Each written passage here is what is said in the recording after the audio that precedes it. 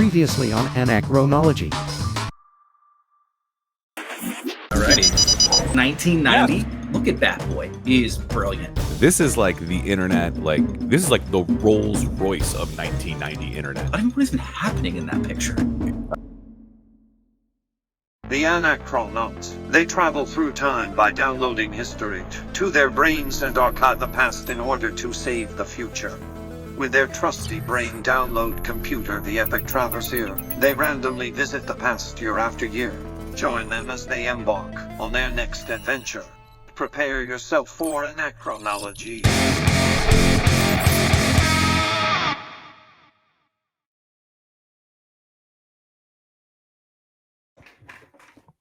Yes. Hey, buddy. Hey, buddy. Welcome back to the show. Yes, welcome back, everyone, to Anachronology. I'm Clay, and this is my co-host, Tom. If you are watching us, you can see us here. And if you're listening to us, well, thank you guys for tuning in either way. My friend Tom and I here, we are the Acronauts, and what we do is we travel through 1982 to the present day for the help of our AI producer and our trusty Epic Traverser, our supercomputer, and we take a look at all things that happened depending on the year, depending on what the computer spits out at us. We go from movies to music to fashion to history to science to sports to who knows what, and you might learn something, but I guarantee you, hopefully, you'll have a little bit of a laugh and a little bit of a learn. Tom, how you doing? I'm good, buddy. That was well said. That's exactly what we do. We are the Anachronauts, and we are time traveling, neuropathically time traveling to the different times that he mentioned. And yeah, it's been a wild ride. Thank you for everybody that's been tuning in and watching the show. If you're just finding it now, welcome to the show. We also have a lot of special things we like to offer our fan base. We have a Patreon that you can subscribe to. You can find that in the link. Also, you should subscribe to the channel because that helps you find out, hey, when a new video drops. And we're dropping some shorties. And we're putting up that juicy content that you're going to love. Subscribing costs nothing. And if you do want to spend a little shekels, the Patreon link is going to be in the description. And hey, we got some bonus features. If you haven't had your fill of an Anachronology episode, we have a bonus segment and a little bonus content and secret segments that we put on the Patreon that are just for those members. So if you want to have see what we get down to behind the scenes when this show shuts down, give it a little follow on Patreon, and we promise you'll find something that'll make you worth your $5. Well put. Yeah, absolutely. I mean, literally exclusive videos just for Patreon members, extra categories, segment roulette, you name it. We're just trying to make it juicy and fun for anybody that wants to help support us. But yeah, so the name of the game is, again, we roll the dice. We see what year we're going to go to. We're then given 3 categories to discuss, and we just kind of wax it and talk about what we can at least remember from the past. And of course, AI producer helps kind of fill in the blanks.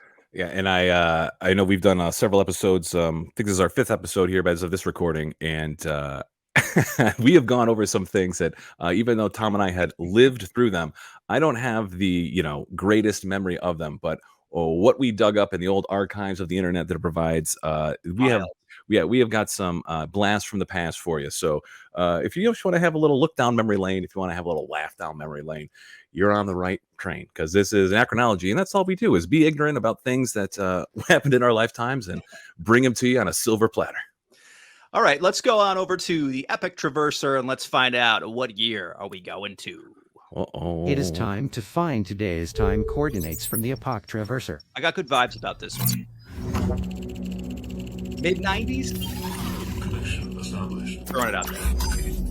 87. Oh, 2003. Both wrong. All right. Oh, yeah. Oh, yeah. I gotta say, Epic Traverser always drops the jams. I mean, this is a pretty hot 8-bit Africa. I'm gonna say straight up. If you're just an audio listener to this podcast, you guys are missing out on the AI producers, robot dancing ladies who 8-bit Kodos Africa, and you're missing out. So if you're just an audio listener, do yourself a treat. You are missing out. An interesting point to say that this is also in podcast form. If you like just listening to things on your drive to work, you're on the toilet, you need something to listen to kind of relax the sphincter, let it go. Definitely check it out. We're on Spotify. 2003. Okay. is the year of choice that we will have to travel back to this episode. Not ringing many bells for me. The only thing I can think of for myself in 2003, it's when I moved to Florida in 2003. I was going to say, I actually made the voyage down south to go to college in I 2003. I moved down to Texas in 2003, so that was definitely Wow. but we both left our home state of New England, Massachusetts, and Yes, that's went correct. below the Mason-Dixon line. We've taken some Yankees going down to see how they do it doing down south here. Got to bring the attitude, too little relaxed down south. We had to crack the whip. Oh, that doesn't sound good, Yeah. especially given the history of all that slavery down here. But dude, 2003, man, like even just like a hallmark, like what was I don't think there was an Olympic, that Right. Nothing is really like standing out quite prominently. I think, I mean, obviously we're reeling after, 2001. We all know what happened in 2001. I think we were still in this new era of like the post 9/11 shock. I know that I'm pretty sure wasn't there probably some war still going on at that point, probably some. Oh, there we go. We must have done something over in the Middle East. Yeah, we were had to have probably been. bombing somebody in 2003. We had to do something over there. Yeah. But again, nothing that is just stand out that happened in 2003. Well, that's the good news about this show, my friend. We're gonna get some assistance here for the AI producer, and whatever we can't remember off the top of our head, we're gonna get a nice little prompt to say, "Hey, these things happen," and I guarantee you.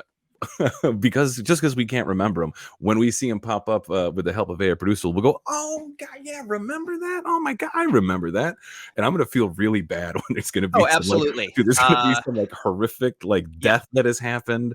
There's gonna be Stuff we probably should have remembered that we're not remembering, that it should be like burned into our memory. But that's kind of the joy of this. So if you're listening at home, if you're watching at home, all I'll say is prepare yourself for neural time travel, and we will see you on the other side. See you on the other side.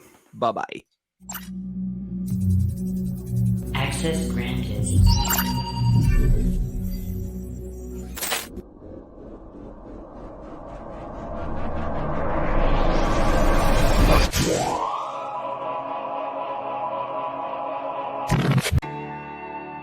We'll be right back after a word from our sponsors.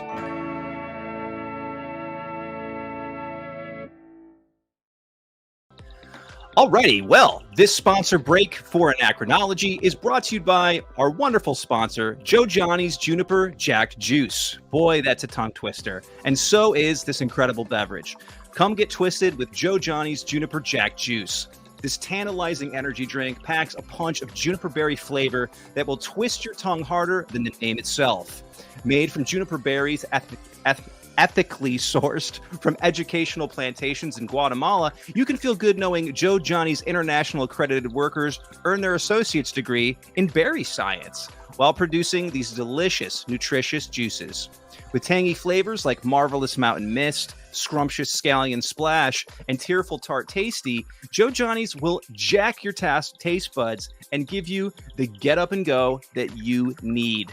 So get juice with a bottle of Joe Johnny's Juniper Jack Juice today, the drink that twists tongues and changes lives. Click our link in the video below or in the description to receive our special show discount. Go get yourself some Joe Johnny's Juniper Jack Juice. Wow.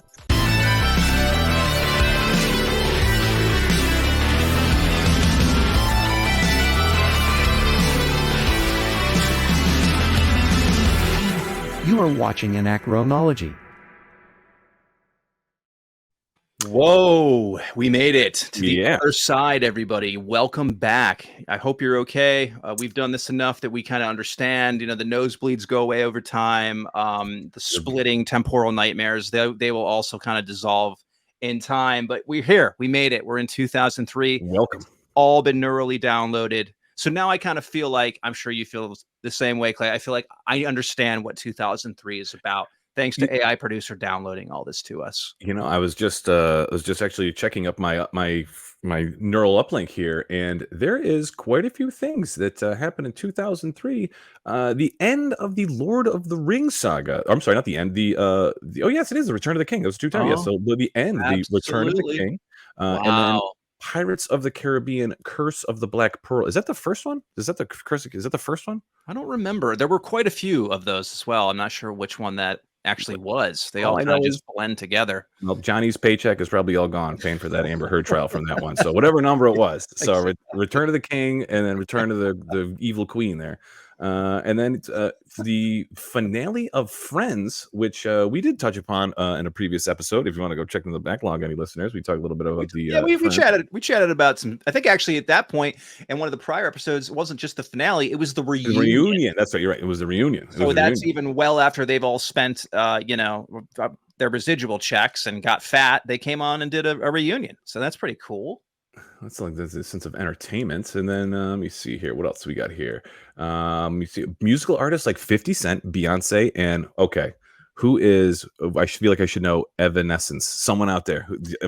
Someone out there who is my age? Who is Evanescence? All I remember about Evanescence is it was like real cryy rock music with a female lead singer, and she just like sang music that was like trailer music. Like they would have put it in some like sad action movie. Okay. There is, I would like to think that someone out there is be like, you dumb bastards, Evanescence sang. Like, and there's a song that put it in the comments if we didn't get it right. So let's know how bad we are. What else do you see here in 2003? Tom? Yeah, looking like when it comes to sports, looks like San Antonio Spurs won the NBA finals. Looks like Marlins made a run for it, winning the World Series. We had the Bucks win their first Super Bowl. So that's some kind of cool sports stuff. I definitely remember Tampa Bay winning the Super Bowl that year. That was kind of a big to-do.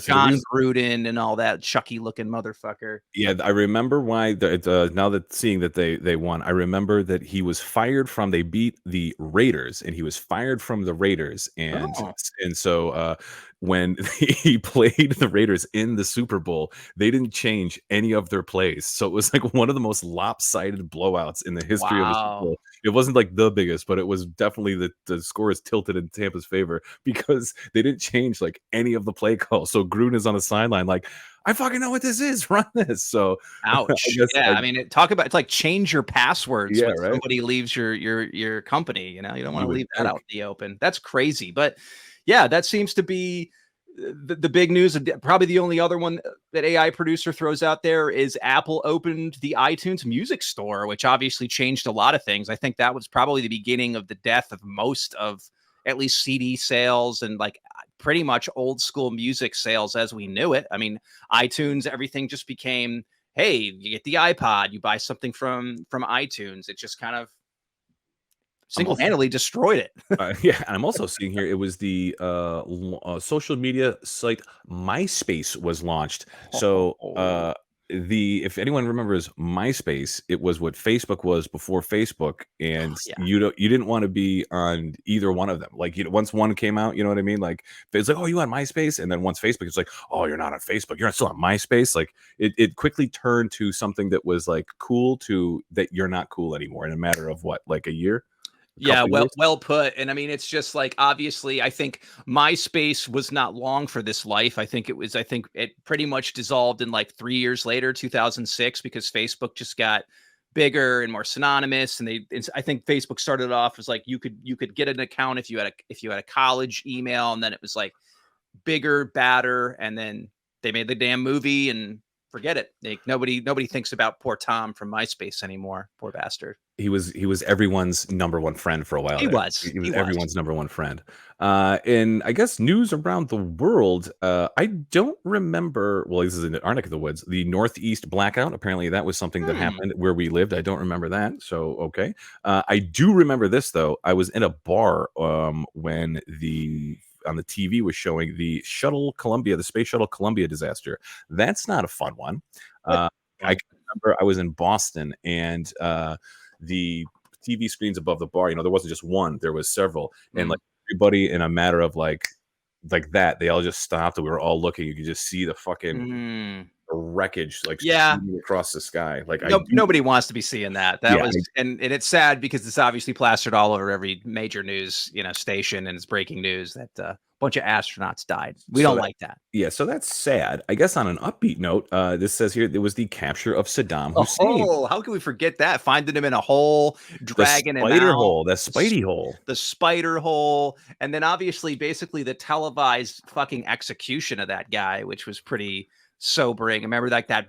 There's that kind of famous video of them pulling down his statue, and it was wild to sit and watch that go down on TV. I remember that dude was like, I can't remember what number he was considered like richest like man in the world. And when they found him, he looked like he got like rolled from his, like he drove like a nice black cab in New York City, and then he got robbed and rolled. And they were like, "Where's dad? Where's dad?" And he comes in like, "I got the fucking shit beat out of me." Like he went from like way up here to absolute like richest man in like arguably in the Middle East to hiding in the fucking ground. Yeah, hiding in a hole. That's just what happened, I guess. So yeah. All right, not too bad. It's an interesting recap of the 2003 year. Hello, Tom and Clay. I am happy you have successfully downloaded the information from today's chosen year and are ready to begin the Archival session. Please focus on the following categories provided by your galactic overlords. Thank you and have a wonderful day. Thanks, AI. Okay, well, I guess we do what the boss says. Let's jump over to Epoch Traverser and let's actually see what we're going to talk about on this episode. I'm interested to see what they've conjured up for us. Here we go, baby. We know exploding space shuttle. Anachronauts. Welcome to today's year. Please proceed in discussing the following categories provided by your galactic overlords. Thank you and have a wonderful day. Thank you. Cordial.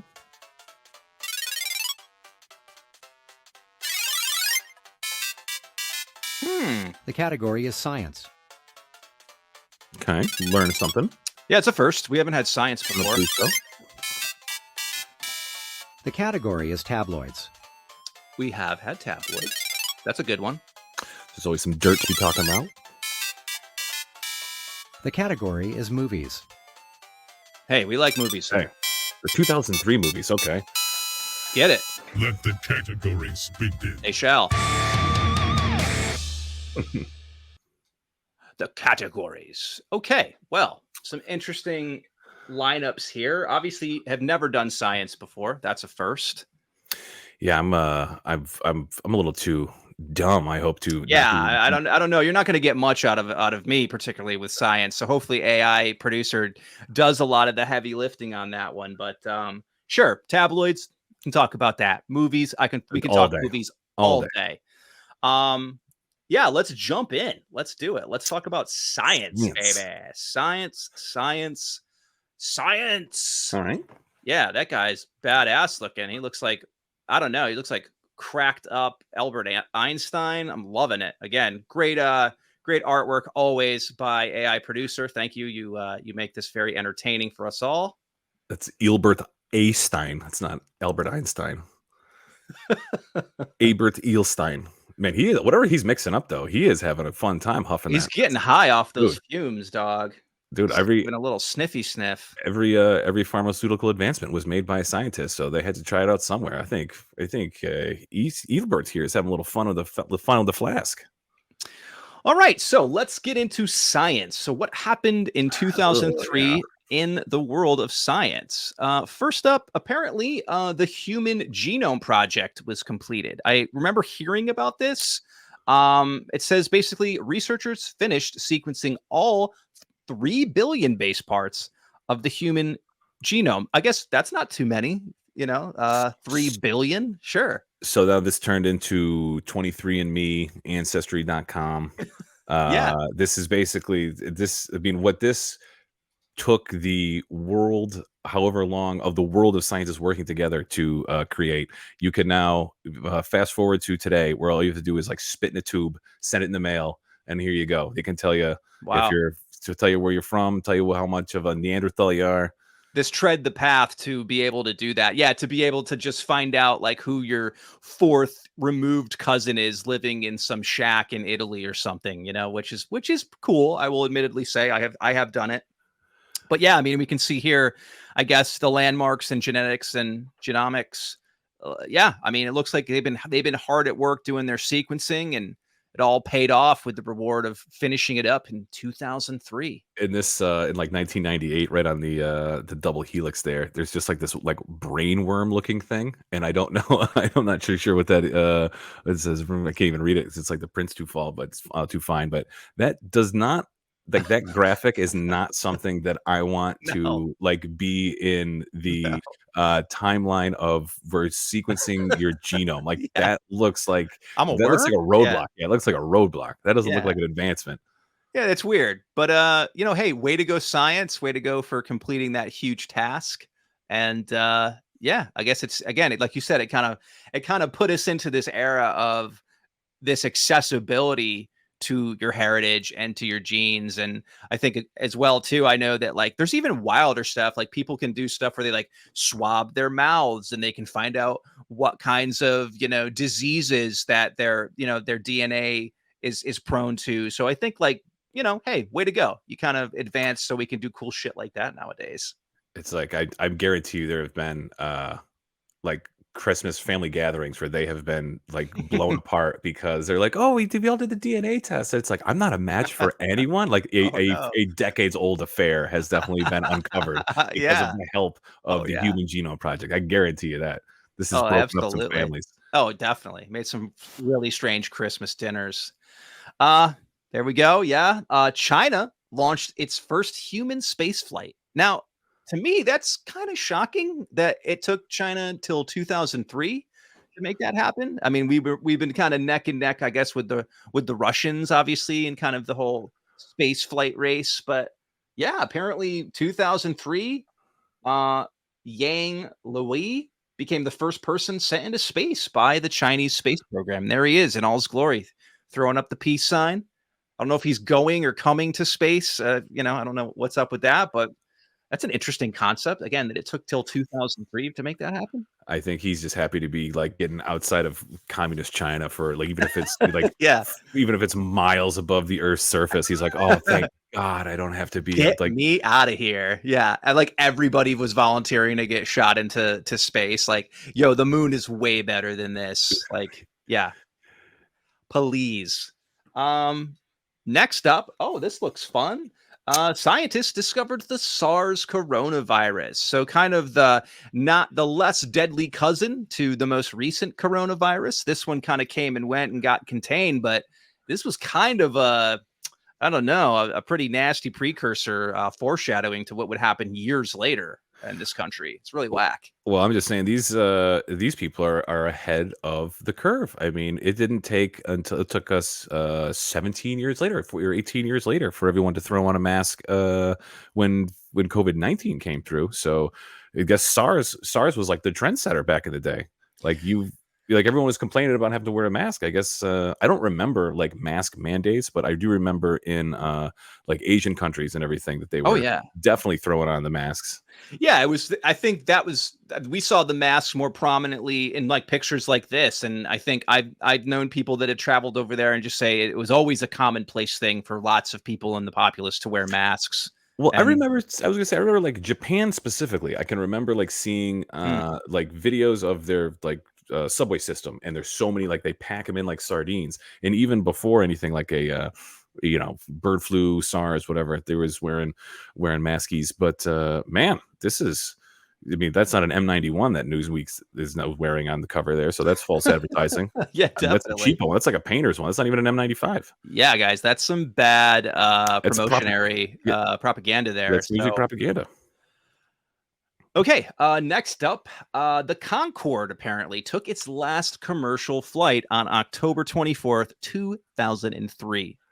It is a supersonic airliner. Never flown on one.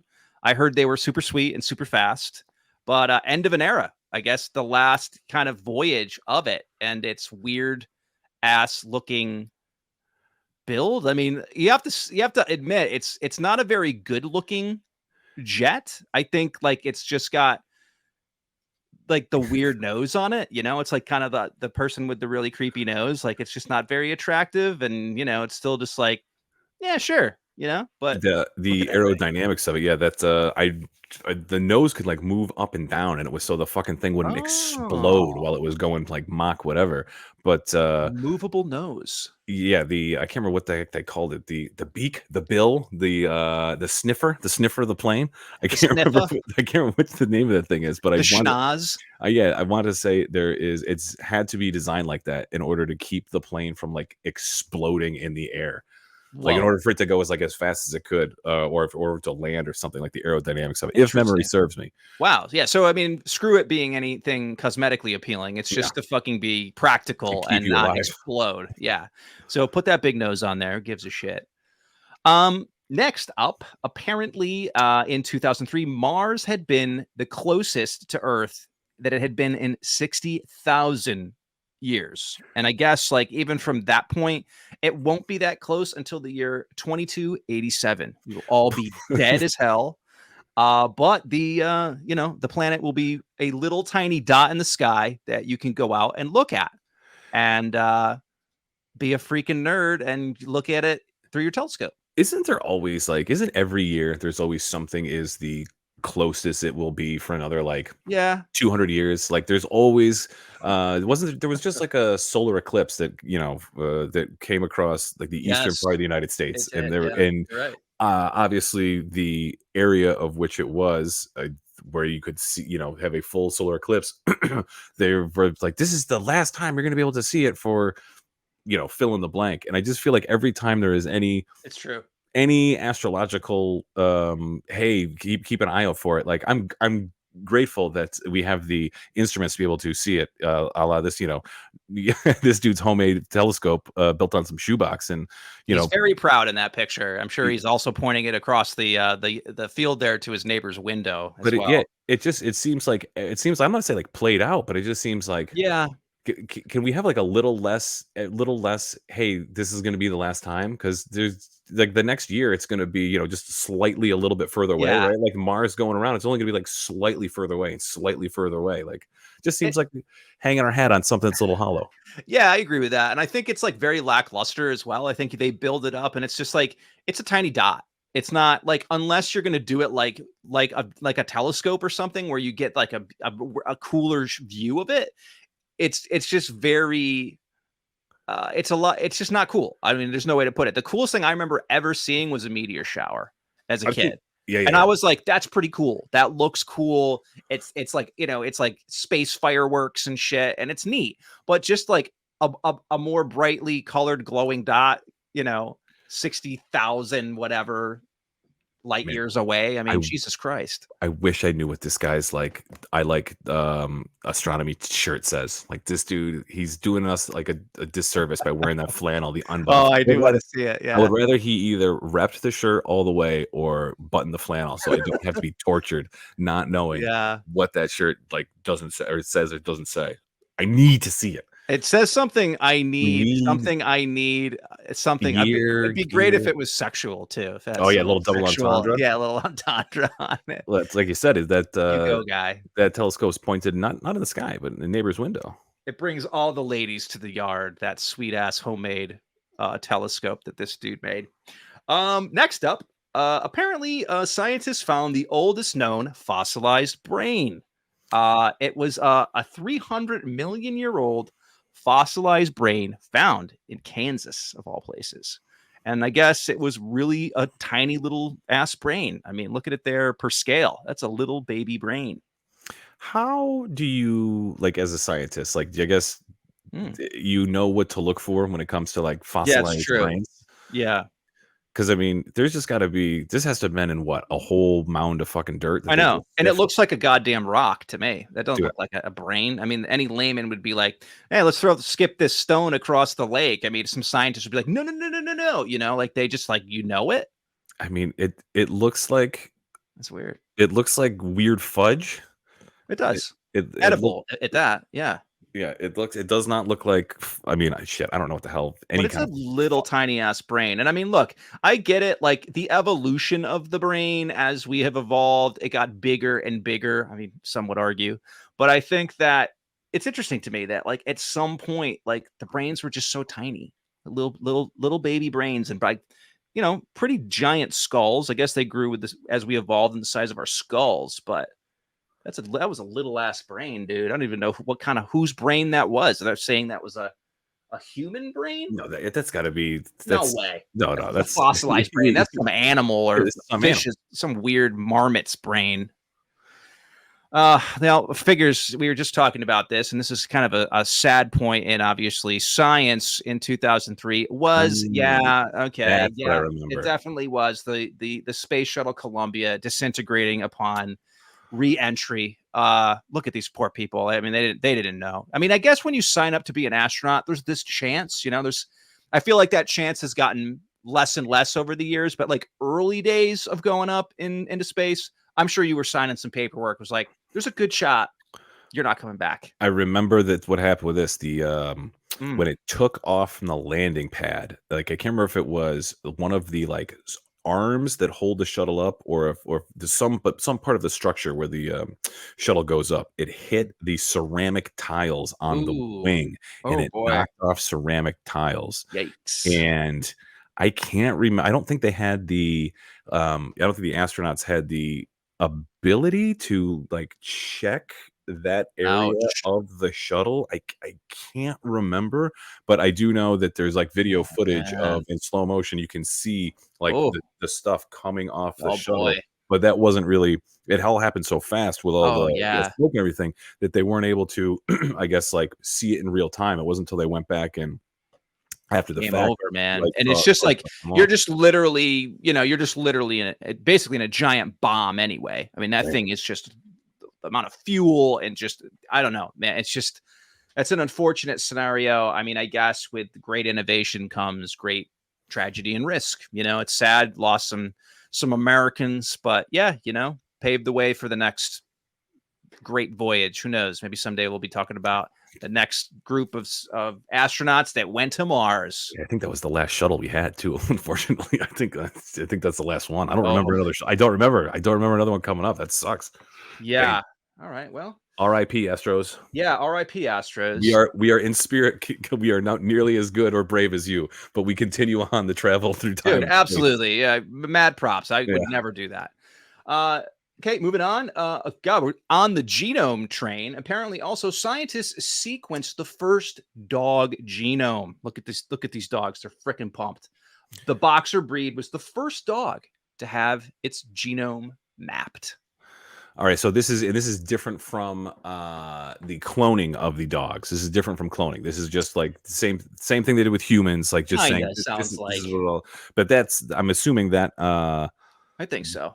That because they are able to sequence the dog genome, now we are able to clone the dogs from this. I'm imagining, right? I mean, that's where my head's at. I mean, I just think that that's probably where they're going to, is like, and I mean, that was in 2003. Who knows? I mean, they could have already been cloning a ton of dogs. We don't know that. Yeah, so if we can do this, if we can clone dogs, then how come we're not cloning humans? Or there must be some people cloning humans. I'm sure there's some clones out there walking around, to this day, we don't even know about them. I think that the scientists, they know what they're doing.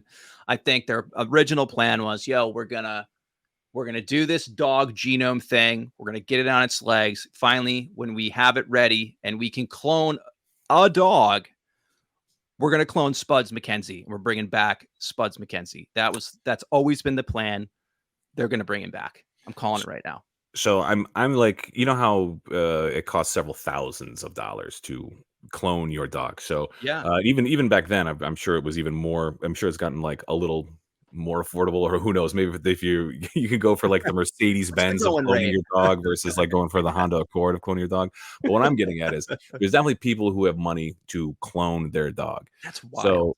So going back to like cloning humans, then there's people, if the people who have enough money to clone their dog, there are people with enough money to clone humans that they want to treat like dogs, like just to have as like a pet. Like I guarantee you there is some like weird billionaires that they have got like their own little harem of cloned human beings that they just do freaky little whatever with, man. Because I guarantee you, wherever there is the possibility to like just kind of, I guess, arbitrarily say to a thing like, you're not even real. You didn't even come out of a vagina. You're not even real.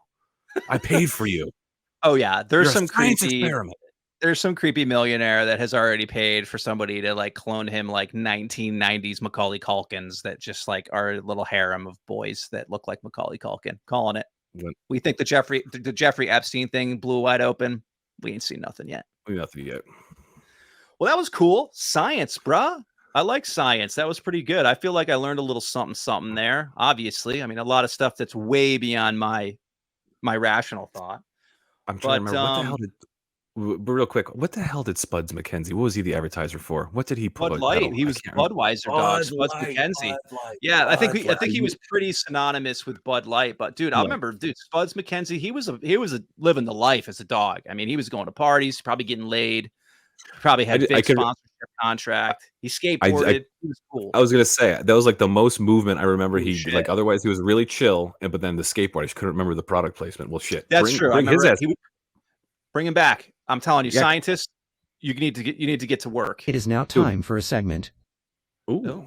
Well, okay then, AI producer telling us what to do. I guess it is time for a entertaining segment. Let's do this. This is pretty good. This kind of pertains to our most recent category, science. It is a segment we like to call Trust the Science, bruh. As you can see here, bro, we got to trust the Duke Nukem looking motherfucker. Science, some Duke Nukem shit.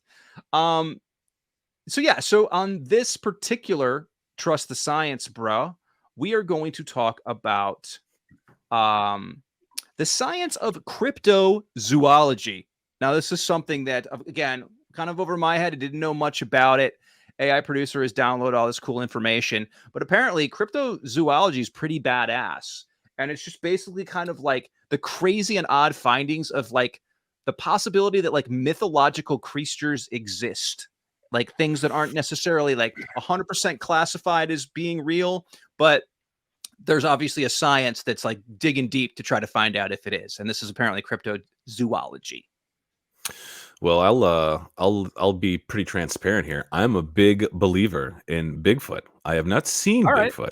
But I'm like, I want Bigfoot to be real very badly. Like very badly. I want I'm not gonna lie, I have gone down the rabbit hole looking up all sorts of fucking Bigfoot footage. I have first-hand accounts, and I know like that is obviously probably aside from the Yeti is just a snow version of Bigfoot, but if that's the most well-known, I would argue well-known cryptid. I'm interested to see what others, because going down the rabbit hole of Bigfoots, I have come across some this culture has this culture this, so I'm interested to see what AI producer has pulled up. Yeah, absolutely. And I think you nailed it. I think like each kind of culture, society all across the world have kind of a Bigfoot. You know what I mean? It's like whether it was some kind of lore that was told or sightings that were found. But I would say Bigfoot's like the biggest celebrity, monster in our country. People love saying they saw him. People dress up like him. They make footprints of him. I don't know if he's real, but I say, man, I'm really hoping he is, because that would be badass. And then just one day, Bigfoot just shows up somewhere. He's like, "Yeah, what's up? What's going on? I hear you're looking for me." The only other one, pardon me, the only other one that I can think of off the top of my head that's also like world renowned would be Nessie, like the Loch Ness monster. That's like the only that's off the top of my head. Absolutely.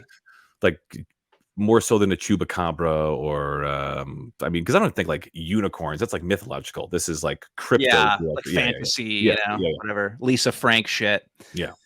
Okay, let's take a look at some cryptozoology here. First up, we have the Mongolian death worm. There it is in all its glory. Look at that thing.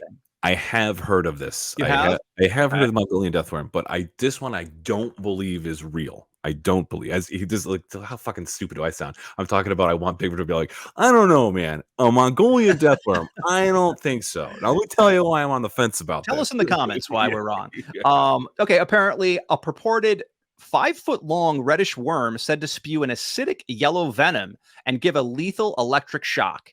It's supposedly found in the Gobi Desert. I mean, this thing straight up just seems like a villain in a Zelda game. You know what I'm saying? This is just like something you fight in a video game somewhere. It just seems so unrealistic that even the description of it just seems so evil demon-esque. Like, really? Is this thing really a thing?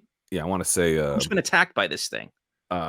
Gobi Desert, like Mongolia is right north of China. So Okay. I want to say the Gobi Desert like encompass like is in both China and Mongolia, hence the name Mongolian deathworm. The only thing that I would say lends credence to this possibly being real is those countries don't like allow anyone in there for science or tourists or any of that kind of shit. Well, that's not you get a tourist visa, but as far as like doing scientific research, they don't really like you snooping around over there. So No. so the jury's out on the Mongolian deathworm, but Okay. I don't think so. I don't think so. Fair enough. Fair enough. Next up, we have the orang pendek. Oh yeah. So Oh, it's there like, it is in all its glory. It's actually a kind of a pretty looking ape, marsupial. What would we call this? And kind of something in that well, family. well, I know that's like the beginning of it, like orang pendek, like that is like orangutan. That's the first Orangutan. yeah, orangutan. So there is. I wonder if this is just. Yeah, I wonder if this is just like a baby, like a throwing some like vibes, honestly, in these pictures. I don't know. I wonder if someone just saw like a really hot female orangutan and was like, "Yo, bro, this is not an orangutan. Trust me, I've seen orangutan. Yeah. This is way hotter. This is way hotter than orangutan." I kind of agree. It's giving it this like beautiful long hair. It's saying AI producer says a small bipedal humanoid cryptid said to inhabit remote forests on the island of Sumatra. Witnesses describe it as a ground dwelling ape. Witnesses, Walking up, probably just doing its thing. But like you said, I'm looking at it, right? And it's like, it's ringing a bell. It's given some broody look. It's got the beautiful long hair. Who does it remind me of? Yeah, it reminds me of 90s Alanis Morissette. That's exactly what I feel. I'm getting that vibe, it's throwing me. It's throwing me. After I looked at this picture, I go back, I look at it. Totally, dude. It's throwing me. It's got Alanis Morissette vibes. man, I like the.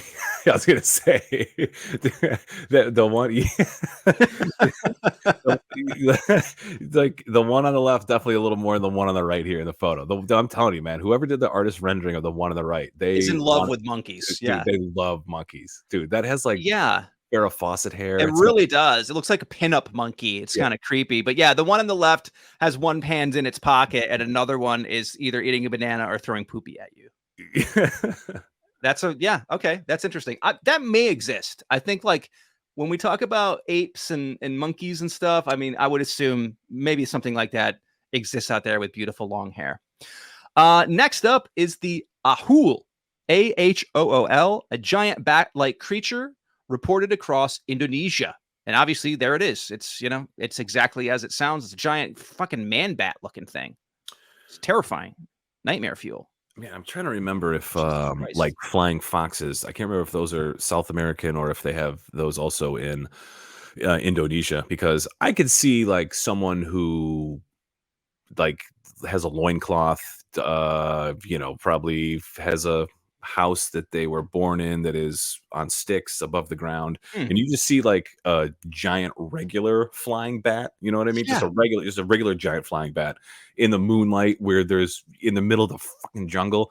I could see that being like a little Jeepers Creepers action on you, being like, oh, you wouldn't believe what I saw a giant like man bat as opposed to those just a regular bats out there in those kinds of countries. I mean, I think I've seen videos where it's terrifying. They're the size of a small child. I mean, some of them are like the size of like a 2-year-old boy, just like hanging upside down, huge wings. Of course, yeah, you see that flying at night. It's going to ruminate all kinds of terror and like there are pictures like this shit. There are real bats with 4-foot wingspan, so I can see like a child of a village or a adult of a village saying, "I saw a human." I saw an Ahool. It came after me. It attacked me in the middle of the night. This Ahool. And All really, right, Ahool. You probably do exist. Next up, we're throwing some Loch Ness vibes here, but this is apparently called Altamaha. Altamaha. They actually add an extra dash HA. Altamaha is probably the best way to say it. A long-necked aquatic creature like a river dolphin, allegedly inhabiting Georgia's Altamaha River. Some claim it's a surviving zeuglodon. Okay, so is this Georgia, the state in the United States, or Georgia, the country over? I was gonna Because say, I'm not seeing many of these in here in Georgia. I mean, Uh, both like Altamahaha. I guess that could be like Native American, like First Nations people name, like a traditional name, but also the country over in Europe or the Caucasus, like Altamaha. I, could it also be some old language that no longer exists? So, I mean, I don't know if this is United States creature or old world creature. well, you know what? I'll be damned. Asking AI producer. Apparently, Altamaha, Georgia, is a real place, and there is a river in that in Tottenham County in Georgia. So I guess, yeah, go get yourself a big Altamaha. I All mean, right. look at that goddamn thing. It's massive. Even more so now that we know can confirm it's in the United States. There's no way that exists because there would be somebody who has lived on a river, captured one of those by now. Are you kidding me? Like some Yeah. river person in Georgia? Oh, They hell like, yeah. They would be they would have recipes for it. The head would be mounted on somebody's wall somewhere. Yeah, if that ain't happening, then this thing ain't real. Yeah. Oh, okay. Well, let's bring in Owlman. Owlman of Cornwall, England. That picture says, AI producer says, a large owl-like humanoid with wings and glowing eyes reportedly seen around Cornwall, England in the 1970s. I mean, this just looks like a failed Batman villain right here. These mock-ups of it. I mean, sure. I mean, kind of like Mothman in the States. That's what I thought it was. That's what I thought it was. Throwing some Mothman vibes. But again, I mean, big owls, maybe giant owl that you think is Owlman. Or there's just nothing going on in the southwestern corner of England where they were like, we need attention, but something that's not going to draw too much attention. Let's complain about a giant, I don't know what's not too scary, but could be scary. A giant owl that has glowing eyes. What's coming at night and taking our sheep? Oh, it's Owlman. Yeah. It's like they all got together and made up the lore. Yeah, I'd buy that. But obviously not too impressive. Never heard of Owlman. Never heard of Owlman either. Never heard of Owlman. Yeah. It's all fake. This one's fun. This one's called just as simple as Trunco. This is Trunco. Trunco is a supposed white, hairless, white-like creature that washed up dead on a South African beach in 1924, had no fins, and an elephant-like trunk, as you can see here. I don't know if that's some kind of computer graphic rendering image there, and then you have like the picture your daughter drew in the backseat of your car on vacation up there of Trunco, which is kind of lazy imaginative. It's just like, okay, we'll give it the elephant trunk. We'll make it kind of look like a big, whatever you want to call it, a fucking dolphin or porpoise. It is. It's just like a big porpoise with a trunk. I'm unfamiliar with Trunco, but I think what Trunco might be is like is just a normal, or not a normal, but a already known species of whale that died, and all the like there's other, I think they call them like blob monsters, or like there's some sort of like, not technical, but there is instances where just a fucking mess of like fat and tissue that's been like waterlogged and also like bloating in the sun washes up on shore. So I think Trunco is just a regular old dead carcass, because I've never heard of Trunco. Yeah, exactly. We'll call it Trunco. Yeah, it's pretty stupid. This next one, I can't even really. This one's called. Oh, okay. This is Popo Bawa. This is Popo Bawa. Popo Bawa. Apparently, this Popo Bawa is great. So he's a bat-like evil spirit said to attack and sodomize victims. So Popo Bawa is into butt stuff. He's a freak, and he flies around and butt fucks people in Zanzibar. So what I think happened was just people who enjoyed getting butt fucked got caught getting butt fucked, and they were like, no. I didn't do it because I enjoyed it. It was a giant bat. It was Popo Bawa. Popo Bawa did it. Yeah, exactly. It was like everybody was like, dude, it was Popo Bawa. Okay. Oh, my ass is killing me. Oh, dude, Popo Bawa, he got you. Blaming on Popo that Bawa is terrifying. I mean, the idea of being sodomized against your own will is terrible, but by that thing, yeah, that's even worse. Popo Bawa.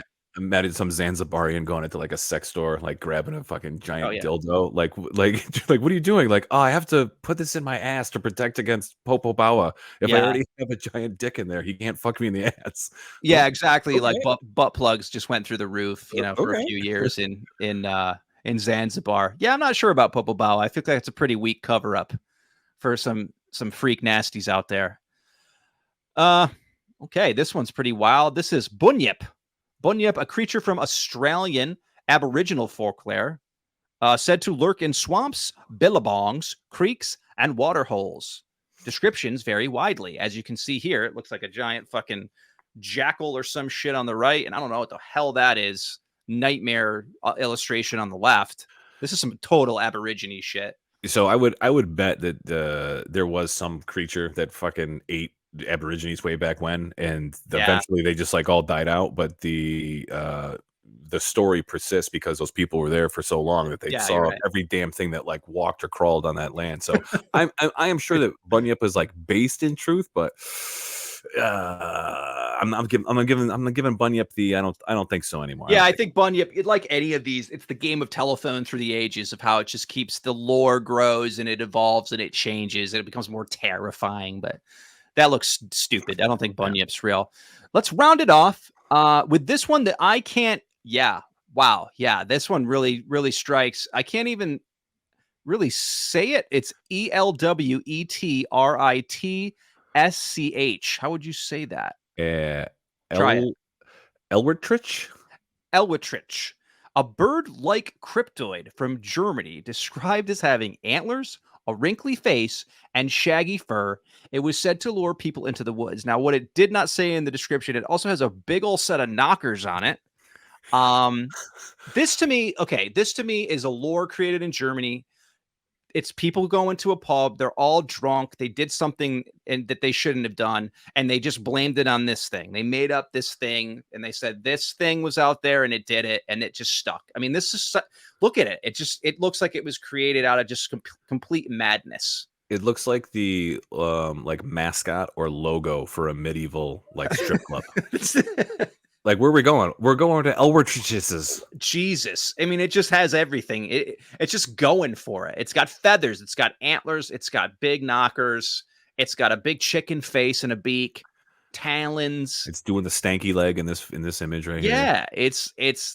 I mean, sure. I'm sure if it were real, it'd be terrifying. But again, it's just takes it back to a lot of this stuff. It's stuff that's either like you tell stories to scare your children and teach them a lesson in lore, or again, it's some big boisterous bar claim of I saw this creature out in the woods that had big breasts. And, I was gonna say it says it lures them into the woods. I guarantee you, it's luring them into the woods with them big titties, man. That's how it's getting all its victims. Them big old mythical titties, shaking those big mythical double D's into the woods and the tree line. I mean, I would love to think this is real. So I'm going to hold out hope that this final cryptozoology claim is real. So that was pretty good. I think out of all those, maybe 2 or 3 I could believe exist. Man, I definitely I'm sure they're like some of them are based 100% in fact, and some of them I just think people were just either imagination got the best of them, they were getting caught having sex and they had to come up with a story of why they're getting fucked in the ass, or it's just possible they were just like Looney Tuny on something. You know what I mean? Like maybe they ate some bad mushrooms out in the fucking woods and they're like, the fucking owl bird antlered big titty monster called to me. It's like, well, I've seen some weird stuff on psychedelics, so who's to say the Middle Ages didn't have big? That's what I'm saying, man. You ate a weird mushroom while you were out there, and you just saw a big titted chicken goblin, and then you followed it into the woods. And honestly, can you blame anyone seeing a big titted chicken goblin? No, you can't. Yeah. You can't. No harm, no foul. Well, all right, that's category 1 down. Way to go. We've got our way through science here in 2003.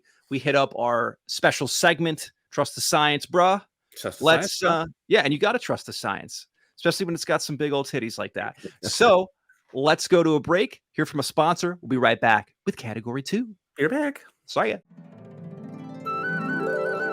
We'll be right back after these messages. Go get yourself some gabagool. This sponsor is brought to you by Franquility. Life getting you down? Feeling stressed and anxious? Introducing Franquility, your personal relaxation agent and expert relaxologist.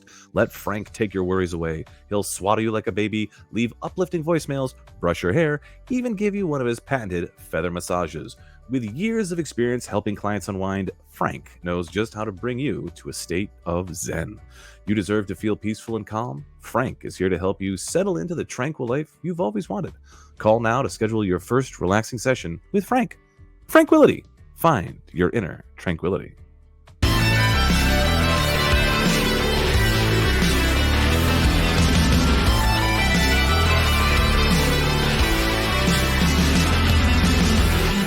You are watching Anachronology. You Welcome indeed back. are watching Anachronology, and we thank you for watching. We thank everybody for subscribing to the YouTubes, for joining the Patreons, for liking any of our social posts, just staying engaged with us. We're trying to make as much fun and engaging content as we can. That's our goal here. We have a ton of fun doing it. Subscribe below, a little clicky there. You can subscribe. You can see all the new videos, the shorties we like to post up, which are just little tiny clips of the show. And again, there is some special fun stuff for the Patreon members. There are special categories. There are special segments. You're getting the grab bag when you become a Patreon member for sure. And one of the best things that you can do aside from subscribing or being a member of our Patreon is engaging with us in a comment section or our Discord, because I'm sure like everyone else, likes to be told when we've done something completely wrong or missed the mark or what we can improve upon. So please, if you guys are having a fun time or a not so fun time listening to us, let us know, because we're all in this together. That's right. The comment section in YouTube, in anything, is just kind of like, it's the modern day comment card. Okay. Remember, you'd fill out the comment card, put it in the box. That's what that is. We just want to know rate our service to you, our comical service, our archival history service. What didn't we think of? What did we get wrong? We aim to please. So And have at it. as people who have worked in the service industry before, nothing brightens our day than reading a comment where you underperformed, because Yeah, it's the best. the scathing review of someone unfulfilled. They're coming from the heart. They're spoken the truth. They're coming from the heart. So please, yes, indulge us. Indulge. All right, so we had a lot of fun. We got through science, category 1, 2003. Next up is a fun one, which is tabloids. What are tabloids? What aren't tabloids? Tabloids is just all the shit talk that goes on, all the newspaper tabloid articles that are just hanging out there in the grocery store. They're the TMZ articles, you name it. It's just all the tea, as people say it, talking about what somebody's business is. But usually it's attacking all the famous people in the world because they're an easy target, and we're always prying in on their lives. And why the hell not? I think we said last time we had this category, Tom, that like tabloids, before there was like the internet, you have to, instead of seeing like a social media post, all of your, like you said, spilling the tea, all of the drama you would have to go to a tabloid to find the drama. You could not just open up an app. You actually had to go to a grocery store and go get in that line and pick up your favorite rag. Basically, yeah, that was it. And then that is just, I guess, since translated over to, every single website. Like I mentioned, TMZ. I mean, people have full on shows where they talk about this stuff, us included. But I do think that it's good old fashioned fun to talk about the rich and famous and all their failures and the weird shit that they do. So that's kind of what tabloids are. And in fairness to us, we are not actively gossiping. We are going over the gossip that already happened. Yeah. That's so true. That's well put. Hey, listen, all our job is as anachronauts is to merely go through history and archive it. That's all we're doing. This has already happened. So I'm not making this shit up. I am merely reciting it. Mm-hmm. And so 2003, first off, in tabloids, we would be remiss if we did not talk about the sensation that was Bennifer. I mean, you could not go anywhere when you didn't hear the word Bennifer. The combining of the two names, Ben and Jennifer, that being Ben Affleck and Jennifer Lopez, J-Lo, and their kind of sexy romp that they had for a few years. And obviously, I mean, I was tired of it the minute it came out, but I mean, look at Ben Affleck. He just looks like such a scumbag in that one picture. I'm sorry. Got the cigarette, got the Boston Proud wearing the fucking Sox hat. Okay, all right, they did. Jesus Christ. I'm trying to remember what year they came out, but they got at least 2 movies out of this relationship together, right? Jersey Girl with what's his name? Kevin Smith directed, where she's only in it for like the opening part, and then Gigli, right? That Gigli did come out in 2003. So Okay. I think Gigli was basically the foreplay of this Okay. relationship. They were just like, hey, acting is reality. I'm falling in love with you. Pay us. Pay us basically. And then an unlikely duo gets together, and they were just absolute magazine fodder on every cover of every magazine. Their pictures are plastered all over the internet. And obviously I don't know what their like age difference is. I think they're probably around the same age, if not one is older than the other, but they were kind of both coming up in their careers. Obviously Ben Affleck was kind of riding this high. Armageddon, off Good Will Hunting, obviously. Yeah, I think he was definitely kind of trying to break off as his own man. He did definitely not do that with Gigli. That was terrible. And then she was obviously the double duty pop star, and then also jumping in as an actress. So she was really kind of the double threat. Probably the more talented of the two, to be honest with you. I do like her in Out of Sight. She's great in that. I like her in that. Out of Sight, she's good in that. Yeah, and wasn't that kind of one of her first big ones, Out of Sight? Aside from Selena, I remember but Selena is like 90 something. Forgot about Selena, exactly. But yeah, and obviously, I guess the big news in 2003 was they had postponed their wedding. They were supposed to get married. They called off, I guess, the engagement completely. And I guess, sadly, we saw kind of the end of Bennifer. And then the end of Bennifer led to many, many years of sad Ben Affleck memes. Honestly, this was the gift that keeps on giving. It doesn't get better than this image. I think this is probably the most used image of all time of just, I've had enough, like it just speaks so many words. That's such a good image. Like, I don't care who you are, even if you don't smoke, you have felt like that. You know what I'm saying? Like, there is something has happened to you. You're like, oh yeah, fucking god damn it. It's like, so good. It's visceral.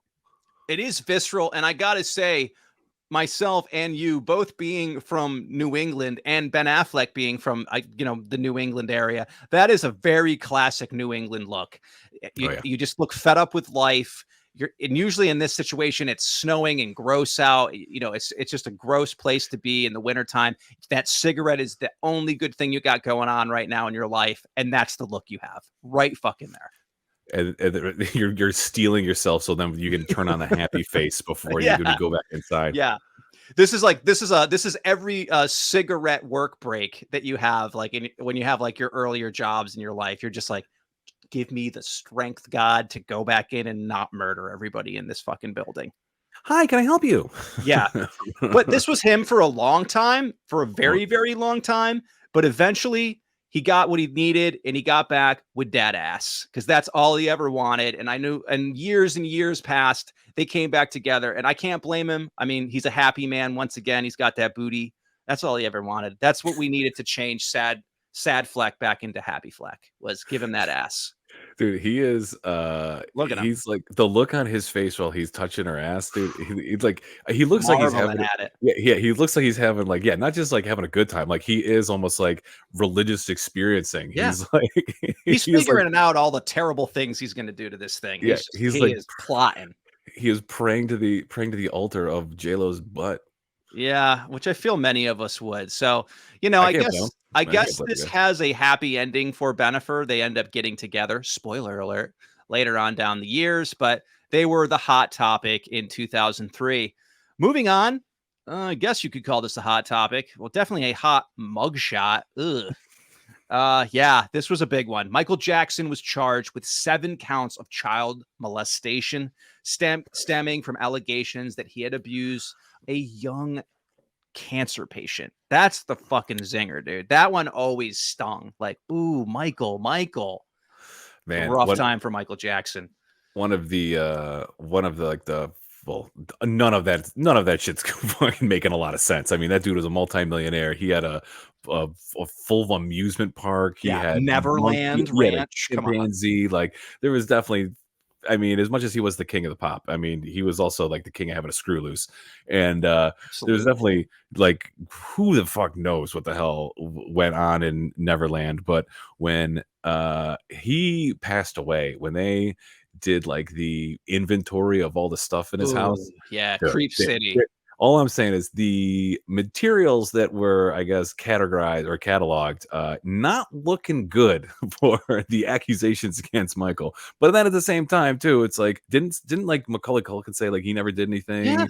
Yeah, right. So it's like, and the thing about this guy, he was so publicly in the limelight, always with kids. It was always with children, and it gave off a weird vibe, even to anybody back then. But it was one of those just kind of like, elephant in the room. Nobody wanted to talk about it, but there was a weird vibe to it. And I think he had a very like the childlike essence. He's Peter Pan and come and never grow up and stay in my amusement park house. But like we never thought that like something completely nefarious was happening under that. And then, oh, shocker, it was. And then it just flipped the script. And then it was absolute fire and brimstone for him pretty much right up till he died. And when he died a really sad, just depressing death. I mean, the dude died of a drug overdose.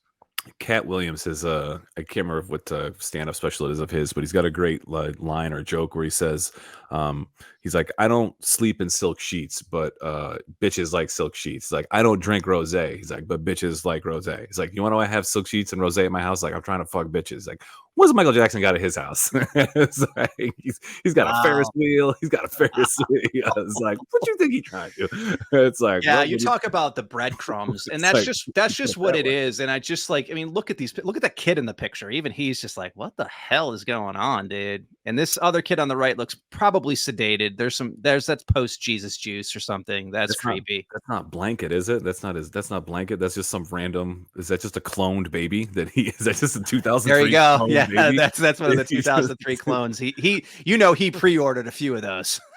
Let's see on the list here. I got a Macaulay Culkin. I got an Elijah Wood. Okay, yeah, we're gonna have to push those through. These are for Michael Jackson. I'm gonna need another one. Michael, we can't keep burying these dead boy clones here. We're gonna find them under the Ferris wheel, Michael. No, we're gonna make it Neverland Ranch Lost Boys. Just make me another one. Yeah, and again, you just see kind of the evolution of this guy, and then here he was on the stand. Oh, just looking absolutely like a big bag of shit. Oh, this poor guy, his nose, his whole face at that point is. I think he said too. I think I can't remember. There's like I believe there's an interview where he's like, "No, I never had a nose job. I've never had any plastic surgery." Yeah, okay. It's like, Michael, dude, it's falling off your face, dude. Yeah, it's held on with tape, Michael. Like you can't lie anymore. That was the big like breaking news of that year, and obviously it did. It led to a trial. It was nasty. I mean, it really turned nasty for him. I don't know what the outcomes of a lot of like the litigation was, but yeah, I mean, I'm sure people got a lot of money out of him. I'm sure there were lawsuits. He looking like maybe he's lucky he passed. Like he didn't have to like live to see the end of it. He looking like the orang pendek right there, man. Yeah, that's what he's looking like. This should have been on our cryptozoology page. Right. Like I've seen that before. I've seen that in the woods in Georgia somewhere. Hangs out there.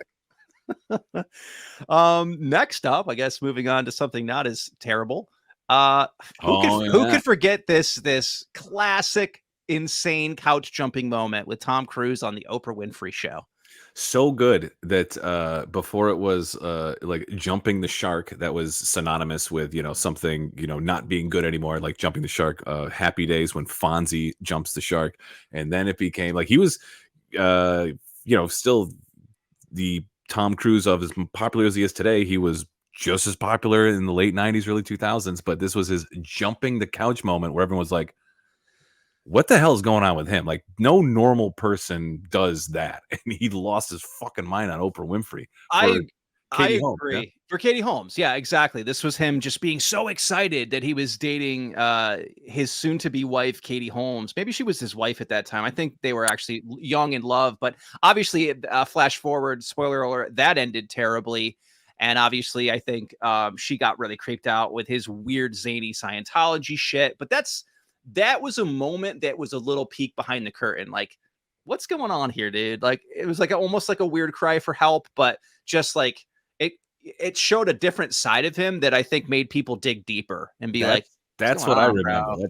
I remember everyone being like, "What the hell is he on?" Because he was he divorced Nicole Kidman, and there was like a big like, "Oh my god, Nicole Kidman and Tom Cruise have broken up. Oh no, we have to talk about this." And then he gets on the couch with Oprah, and everyone wasn't like, "Oh, good, he's in love with her." They're like, "What the fuck was that? Did you see him lose his mind?" Yeah. It was bananas. Let's see if I can get it up. AI producer has actually, I think, either the clip or something that spawned from that clip, because that's the one thing that it did really well too, is it gave us so many incredible early internet videos. I mean, yeah, right. YouTube. Let's see. This one might be the original one.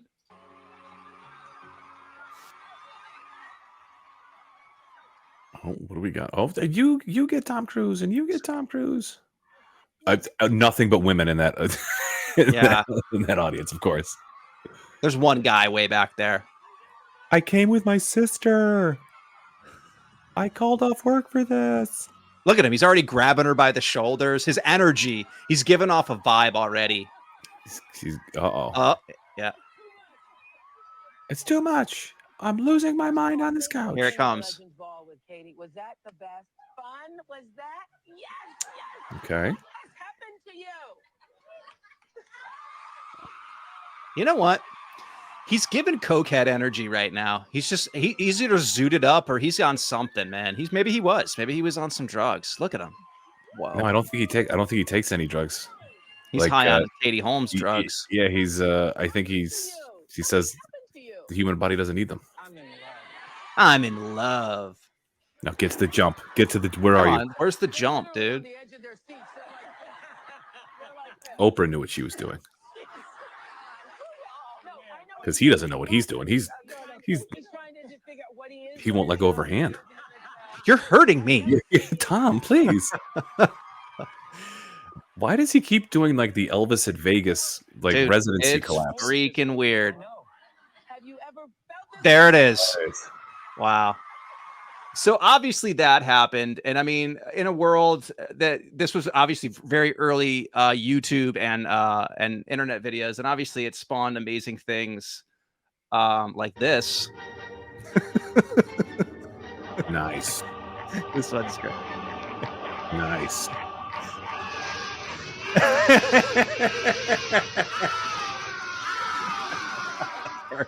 This is brilliant. God. If you're only listening, it is Tom Cruise using Dark Sith Force energy to electrocute Oprah over and over again. It's fantastic. And that's probably the best use of that clip I've ever seen. Way to go on that. But yeah, again, there's some strange energy brewing there with Tom Cruise. I feel like I think Tom Cruise is always silently screaming inside. Like he has that look, like he's always very put together, and even interviews, he just keeps it very tight. And that's probably the Scientology training that he gets. But I think it's a carnival of crazy in there, man. It's nuts. Dude, he was in rare form on Oprah. That's for damn sure. Rare form. You're hurting me, Tom. Yeah, dude. Like you're going out of your damn mind, bro. But yeah, he loved Katie Holmes. I guess one would do that. She was very attractive, so I can understand. That's what he calls it. Moving on, another big tabloid to talk about moment of 2003 was, of course, the reality show The Simple Life premiered. That was, of course, starring Paris Hilton and her buddy Nicole Richie. There they are in all their glory. I guess this is the show that begs the question, hey, we don't have to DJ for cocaine anymore. We can just make a TV show and get paid for our cocaine. And that's kind of what that show was. I really didn't get that show. It was like, it was obviously fish out of water, but it was just like these two stupid, rich, Los Angeles broads going to these redneck towns and doing all this shit. It was very popular. I think it was on for like 2 seasons. So the only thing that I remember from the Simple Life, right? The Simple Life? Simple Life, yeah. I remember they went to some whatever state that is, not very big in a town, doesn't have a big population, but the big like year they would have the fair. Like there was a fair that would come through. That was the big to do, and they God. had a kissing booth. And so, of course, like all these The producers were loving that. Oh yeah, the producers were loving lining them up, and one of them, I can't remember if it was Paris or Richie, but some guy comes up to like get a kiss, and like she like puts her head near his, and she just like tells her head, and she goes, "You smell like onions," and she was 100% like 100% not faking it for the camera, not trying to be. I don't think like being mean even like registers and on It her doesn't. on, No. on her social interaction. She straight up just told this dude he smelled like onions. Yeah. Probably it was probably a kind way of putting it, but It's like some guy like forking over money to get a smooch, and then she just hits you with you smell like onions. Yeah. With her weird vocal fry and her weird voice. Yeah, that's what it's like. You smell like onions. Yeah, and it was this whole, and it kind of created this persona. I think this show, they leaned heavily on this.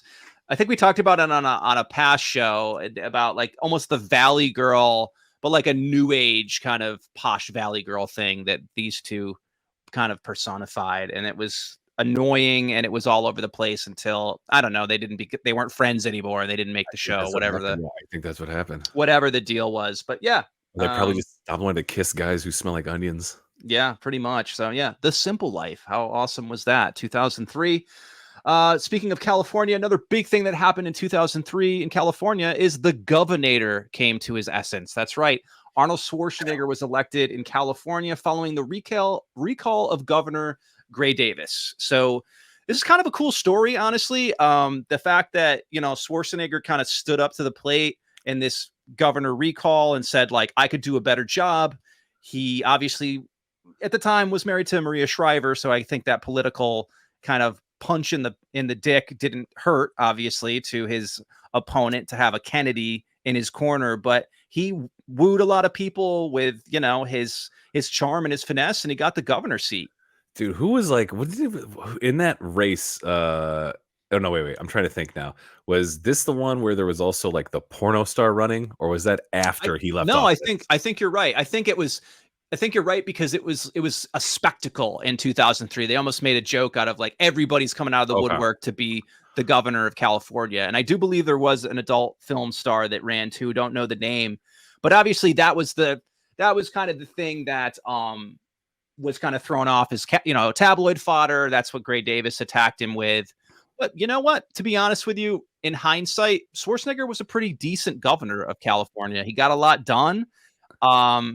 He was pretty bipartisan. I think he took on the hard work, and I think he's a pretty beloved political figure in California, even to this day. I was gonna say, I don't know what he like signed into law or he oversaw as far as like making change, but how are you gonna, in California especially, how are you gonna run against Schwarzenegger and think you're gonna have a chance? Like, the popularity alone. Yeah. I mean, it's just, you're right. Absolutely. I assume that those are absolutely gargantuan shoes to fill. And especially when he's like doubling down on like, he's got this tough guy persona on screen. He's going to bring that and whoop politics into shape. And obviously the campaign spoke for itself, and so didn't he. So, I mean, I don't care like what politician is running against him. It's Arnold Schwarzenegger. All he has to do is like, you've seen me in movies. Yeah, look at this guy. You've seen this guy at nothing. You've seen him destroy your society. Vote for me. That's all it takes. And you got my vote. I'd have voted for him if I was out there in California. I would have voted for him. Absolutely, dude. So yeah, the Governator, he came to, and I think he was a double term. I think he did 2 terms. Dude, he would still be governor if he could. Dude, if he was like born in the United States, he would have run for president by now, and he would have won. Yeah, I think he said that actually, and look at the giant watch on his wrist too. God, he does. I got to give Arnold that. He's one of those guys that, I mean, obviously he had a little bit of that, well, you did kind of sleep with your nanny and have a kid thing a few years back, but besides that hiccup, he's a pretty, as he presents himself, kind of person. You know what I'm saying? He's who he is unabashedly. Let's forget that I forced myself upon a Honduran immigrant. Let's forget about that. Think about my policy changes. I hid my son for many years. Okay, this one's a good one. 2003 also brought us this amazing, I guess, issue of Us Magazine where they talked about, I guess, Tara Reid has a botched breast augmentation surgery that made headlines. Apparently, Reid said that when she got the breast augmentation surgery, she asked for big B's, but instead was given C's that she did not want. She said after the surgery, she immediately noticed that her nipples were deformed. But after 6 months of it's going to get better, it started to get worse and worse. So even in 2003, however far along plastic surgery had come along for like from the 80s, putting in fake boobs in the 80s, because those are, you see 80s fake boobs like mile away, right? So you figure that 2003 they should have improved on the technique. I know she wasn't like A-list, but she must have been making enough money where she could have found a decent plastic surgeon to not give you deformed nipples, bro. Like, yeah, like how many- maybe vet that. I don't know, figure that out before you go. I mean, maybe it came on recommendation, but I mean, you see it there, pre-surgery 2004. Then it's saying after surgery, there they are. And then after surgery number 2. So like obviously she's got to go back and correct the mess that's been made. Listen, all I know is she's saying about deformed nipples, and I'm not seeing any nipples in this. So no, I can only take your word for it, Tara Reid, unless you... I guess Tara Reid. And then I guess as the years went by, here's an older picture. Oh yeah, those are, I don't know at what point that was, if that was maybe a little after the surgery. Those things looking pretty rough. She's looking rough. She's looking like heroin chic in that picture. She's looking. It doesn't even look like her. Yeah, she's looking pretty drugged out. But then there's this picture, and I think the boys are back in town, man. I mean, that looks fine. Those look great. They got fixed. You found the wizard surgeon that you needed to bring those back. Some areolas fairly prominent there, not deformed. She looks happy about it.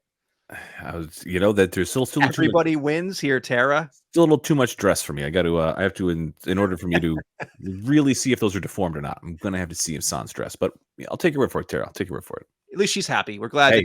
We're glad that you got the breast that you wanted, Tara. That's all everybody ever wanted.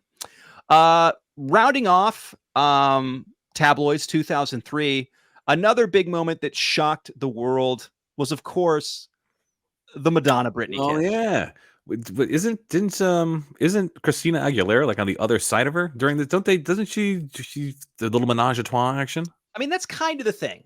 Is that like this was a big moment, and obviously people talked about it. I mean, there's some tongue in there, open mouth. It's pretty salacious, but the reality of it is, Madonna just does this. Madonna kisses everybody. She turned around and she freaking kissed Christina Aguilera open mouth. Flash forward, here's some pictures of Madonna just making out with people. Her tongue is all in other people's mouths. Let's keep going here. Let's see. Exhibit C. Looks like she's really taking advantage of Drake in this picture. Just taking it. And that's just kind of what Madonna does. And actually, here's actually a moment captured in time, which is pretty impressive. This is the exact moment that Anderson Cooper became gay. Jesus Christ. I mean, she's kissing Anderson Cooper here. Look at her grabbing him, having her way with him. And actually, that hat is not part of her outfit. Anderson actually was putting that hat on her to make her more of a man as he was turning gay. He brought the prop with him. He had to. It was just, I mean, look at him. I mean, I think she's just going after it. Anything for some shock factor. But I mean, imagine that coming at you, man. Oof, especially nowadays. Madonna is this is her trading card, is to just kiss people. It was back in 2003. Nothing's changed besides her face and maybe the rest of her body. God dang. Dude, look at her. Dude, so that's the hair is fake. Her chin is fake, her cheek is fake, her lips are fake. Oh yeah, the list goes on. Dude, yeah, I'm just like I remember when she was, well, obviously, Father Time is undefeated. So, as we were lucky enough to age gracefully, but this is like brutal, man. This is like awful. not aging gracefully. Really this bad. is Yeah, brutal. we thought Tara Reid's breasts were a bad job. Obviously, that guy also branched off and did facial plastic surgery as well. Jesus. Yikes. So there you have it. That's a wrap up of good old Tabloids in 2003. All right, that was a fun jaunt down memory lane. You know, Yikes. it's for the things that are, you know, gossip worthy, right? Like it seems like we've come a long way from having someone just like jumping on a couch or, you know, kissing, like two broads kissing. Like, I mean, I wonder when we get to the tabloids later on here as the epic traverser goes on. I'm interested to see what's going to seem like more of a bigger deal than what we just witnessed, because not like pretty tame, like by all things considered, pretty tame. It pretty is tame fairly aside vanilla. from the child very, molestation very calm. Michael Jackson thing. Pretty tame. Yeah, pretty tame. yeah. That's always the real wild card there. But alrighty, so we made our way through our second category. Let's take a break and hear from one of our fine sponsors. We'll be back for our third and final category here in 2003 on Anachronology. We'll be right back. Be right back.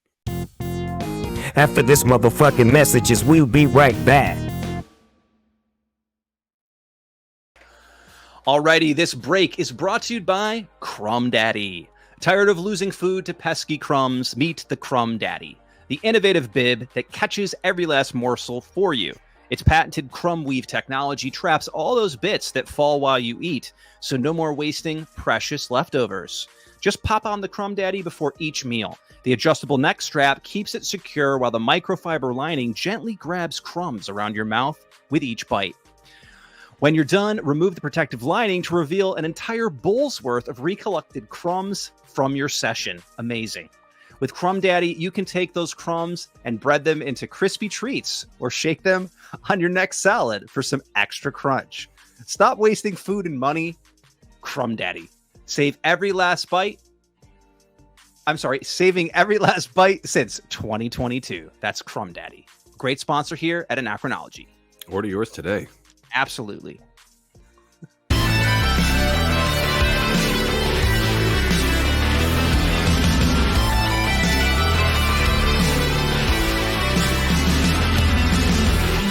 You are watching Anachronology. Welcome back. Hey there, we missed you guys. Welcome back. Hope you enjoyed one of our many amazing sponsors here at Anachronology. And speaking of sponsors, you can also be a sponsor. How can they be a sponsor, Clay? Well, you can just go to Anachronology and go to our Patreon, and you can just simply sign up. And once you do become a member of our Patreon, you get a bonus segment. You get bonus material, bonus content for each and every episode that is exclusive to Patreon members only. And if you don't want to do that, which you should if you can, you can always just do something as simple as subscribe to our YouTube channel. It tells you nothing, and you get an update. You get a little reminder every time we post one of these videos, which is every week. Well put. Absolutely. You can become a sponsor like Crumb Daddy. You can become a sponsor of our show. Yeah, absolutely. So yeah, we just went through Tabloids 2003. Interesting, bringing me back. Some wild stuff there, obviously. Some stuff that I forgot about, maybe that I wanted to forget about. Oh, yeah. But again, 2003 is shaping up to have been quite the year. Obviously, not the year that I really remembered it to be. Let us round out our year jaunt here in 2003 with our last category, and that is none other than movies. The cinema. Cinema. We love movies here. We're obviously pretty big. I don't like using the word cinephile. I think that sounds kind of douchey when people say that. I'm a cinephile. I just like movies, bro. Okay. Yeah, I think like unironically, like Tarantino's a cinephile, Nolan's a cinephile. Agreed. Like those guys. I'll let that pass. Yeah, those guys are cinephiles. Anytime if there's just some guys here on their YouTube or their podcast, technically they're not cinephiles. They're just guys who really, really like movies. Really like movies, absolutely. And obviously, really liked movies in 2003. So I kind of forgot what some of the films were that came out in that time. AI producer downloading us with the goodies. Let's get right into it. Let's talk about the good, the bad, and the ugly of 2003. Right off the bat, I definitely would call this a good Lord of the Rings, Return of the King, the final chapter of the Lord of the Rings trilogy, which, to be honest with you, I think there probably hasn't been a series of films since that really kind of packed that allure, that brought people into the theaters, that was filled with excitement. I remember vividly, I think the first one came out in 2001, and I remember in maybe the late 2000s, they put out a trailer. And I remember the trailer so vividly when I went to go see a movie, and it was a very simple trailer, and it's just like all of like Gandalf and the Hobbits and Aragorn, and they're all just like walking over this mountainside. And it was an announcement trailer for not just one movie, but 3 movies. And they were going to release them all 1 year after another, starting in 2001. So they built up this marketing machine for this movie. And by the time you went and saw the first one, everybody was in. If you were a fantasy nerd, if you ever read any Tolkien, if you had any idea what we were getting into for the next 3 years, it was an event. There's just not movie events like this. Hasn't been in a long time. I have a vague memory of that, like that announcement trailer, because it's like it's Fellowship of the Ring 2001, Yes. and then Two Towers 2000. Yes. I remember like being in the theater, people were like, "Whoa, how are they going to do that?" Peter Jackson will show you how. That was exactly what it was, and it was like, wow, and I think this movie's interesting too, because I think they were all just cinematic achievements. Obviously, I think, I even think those films still hold up today. I think I haven't watched them in a while, but I watched them a while ago. I still think they pack a punch. I think that, really too, they're those kinds of films that just like, everybody kind of wants to make these films again, but it's just watered down versions of it. I mean, Peter Jackson went on to make like The Hobbit after this, which was almost like a watered down version of his own Lord of the Rings, but he just kind of broke the mold with these 3 movies, especially Return of the King, which I think he won like 10 or 11 Oscars or some shit. He won a ton of Oscars for this movie. I do remember like they won nothing for like the first 2, and then once this one came out, I think that was like the consensus among whoever in the Academy is. They're like, we kind of have to. We kind of have to. And they swept it. They basically won every big major award that year. And dude, it is what it is. It's kind of solidified in greatness. Everything, I don't think no acting nominations, but like everything else, like directing, cinematography, costumes, music, like everything else, but like no acting, which is kind of a bummer for the people in the cast, because it's like there's a whole bunch of people in there. But sorry, Elijah Wood. Maybe next time. Sorry. Nemo, another big thing. Pixar's Finding Nemo came out. It was a very popular Pixar hit. I mean, this was, I don't remember what came before. Was it Toy Story? No, I don't know if it was that. Shit. That recent after Toy Story, but I just know this one was kind of that big family movie. This was really when I think Pixar started to hit its stride as being like this big kind of cartoon entertainment company of making these big kind of movies with its really patented style of animation. I think Ellen DeGeneres is one of the voices, right? She's because Dory, because the sequel is This Is Finding Dory. I haven't seen the sequel, but this one, this is like a Pixar movie that I have not seen in a long time, but I do remember enjoying this one. You know what I mean? I don't know if I would put it as I really like The Incredibles. I think The Incredibles is like one of the best Pixar movies. Like the OG Toy Story is really good, from like not only think just for like the nostalgia, but also the story that the movie that it is. This one, I don't think I would put it as good as like The Incredibles, but this is a good one. Like, I'm not just saying that. Like, obviously, it's a great kids movie, but like, if you're an adult, you know what I mean. Like, this is a. I would put this on the like A tier, maybe not S tier, but like the A tier of Pixar movies for sure.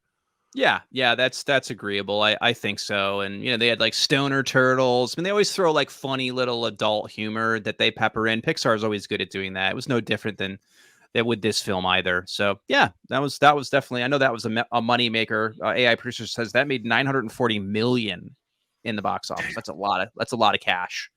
Damn. Speaking of a lot of cash, Johnny Depp's wallet never hurt doing thousands of these Pirates of the Caribbean movies. This was definitely not the first one, because I think the first one is just aptly Pirates of the Caribbean, and then everything after that had some like snarky, sailing title, Curse of the Black Pearl, and I think they made 6 or 5 or something. They made a lot. They didn't make a lot. I don't like I said, I do not remember which one this is. Then and similar to like I was talking about, like Pixar, ranking them. I've not seen all the Pirates of the Caribbeans, but I do remember seeing the first one and be like, not bad. Like, not this isn't bad. Like, this is it's fun. It's they don't really make bullshit. This is 2023. This is in 03. The big epic like blockbuster, especially like a period piece. You don't really see like successful like period pieces. And this absolutely. this one just raked it in the freaking box office. But I think if this is the first one, I remember seeing the first one and be like, yeah, it was pretty good. And then I remember seeing like a sequel and saying, well, I'm not watching any more of these. Like this you can't really like duplicate the lightning. Yeah, no pun intended. The ship had run aground very early on for this series, and I think what it proved though to Disney was that they could take their literal rides and turn them into IPs, and then their greedy little eyes were like, "Oh baby, we got something here." Instead of latching on to like, "We're going to remake this cartoon and this and that," they were like, "Hey, here we go. We can literally be remaking our gross ass." Stinky water pirate ride and make billions of dollars off of it. I was like, whoever figured that out, whoever figured pay that that out, guy. Yeah, pay that dude, because I've been on that ride. No doubt. That ride sucks. It sucks. Yeah, it sucks. And obviously, Johnny Depp, I mean, talk about easy paycheck. He just, played the same character through 5 movies, 6 movies, didn't really change. He was drunk the whole time, probably. Brought his own wardrobe. He had all that pirate gear. He had all that pirate gear. Yep, absolutely. Bruce Almighty. This was another kind of like possibly maybe the end of maybe Jim Carrey being kind of the hit maker that he was. I think like this was funny. I remember some parts of this. It's funny. The idea is funny. All of a sudden he has like godlike powers. He can do anything he wants. But I want to say 2003, probably after this was kind of like maybe Jim Carrey kind of went into like reclusiveness after this and just kind of measured himself back. I don't remember. You're right. I don't remember him being the lead on any, what would you call it? Like his type of vehicle. You know what I mean? Like where he's the funny, the gregarious funny guy who has to learn a lesson. Like, I don't think he had another starring role where he like put on this type of character. Like, I want to think that movie 23, where he was like the saxophone player. It's like a noir film. I want to say that was like after this one, I want to say that. So you mean you might be pretty on point there, where this was like his swan song of being that $20 million, like $20 payday, headliner. Yeah, I think so. And I mean, again, it's like, sure, there were some funny parts. I remember Steve Carell got his big breakout part in this. He was like, then he became Evan. Evan Almighty was like the sequel where he starred in it. I think that Evan character's in this Bruce Almighty film or whatever. Yeah, he steals. He's the coworker who like steals his the news article or whatever that he's doing. They're both vying for the job, and Carell basically plagiarizes what Carrey had written. So Carrey uses his god powers to play tricks on him, but. Yeah, that like funny teleprompter scene or whatever. That's what I can always think about. But yeah, not too bad, but not, super memorable.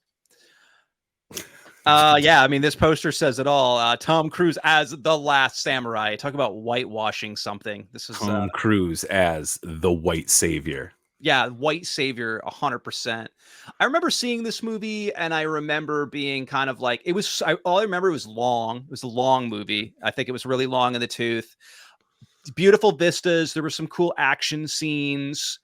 But yeah, I mean, it was totally white savior shit. I would have rather it just been samurais, like fuck The Last Samurai. I would rather just saw some samurai shit. But, we're going to sprinkle some, Tom Cruise was hot at that time. So why not just put him in everything?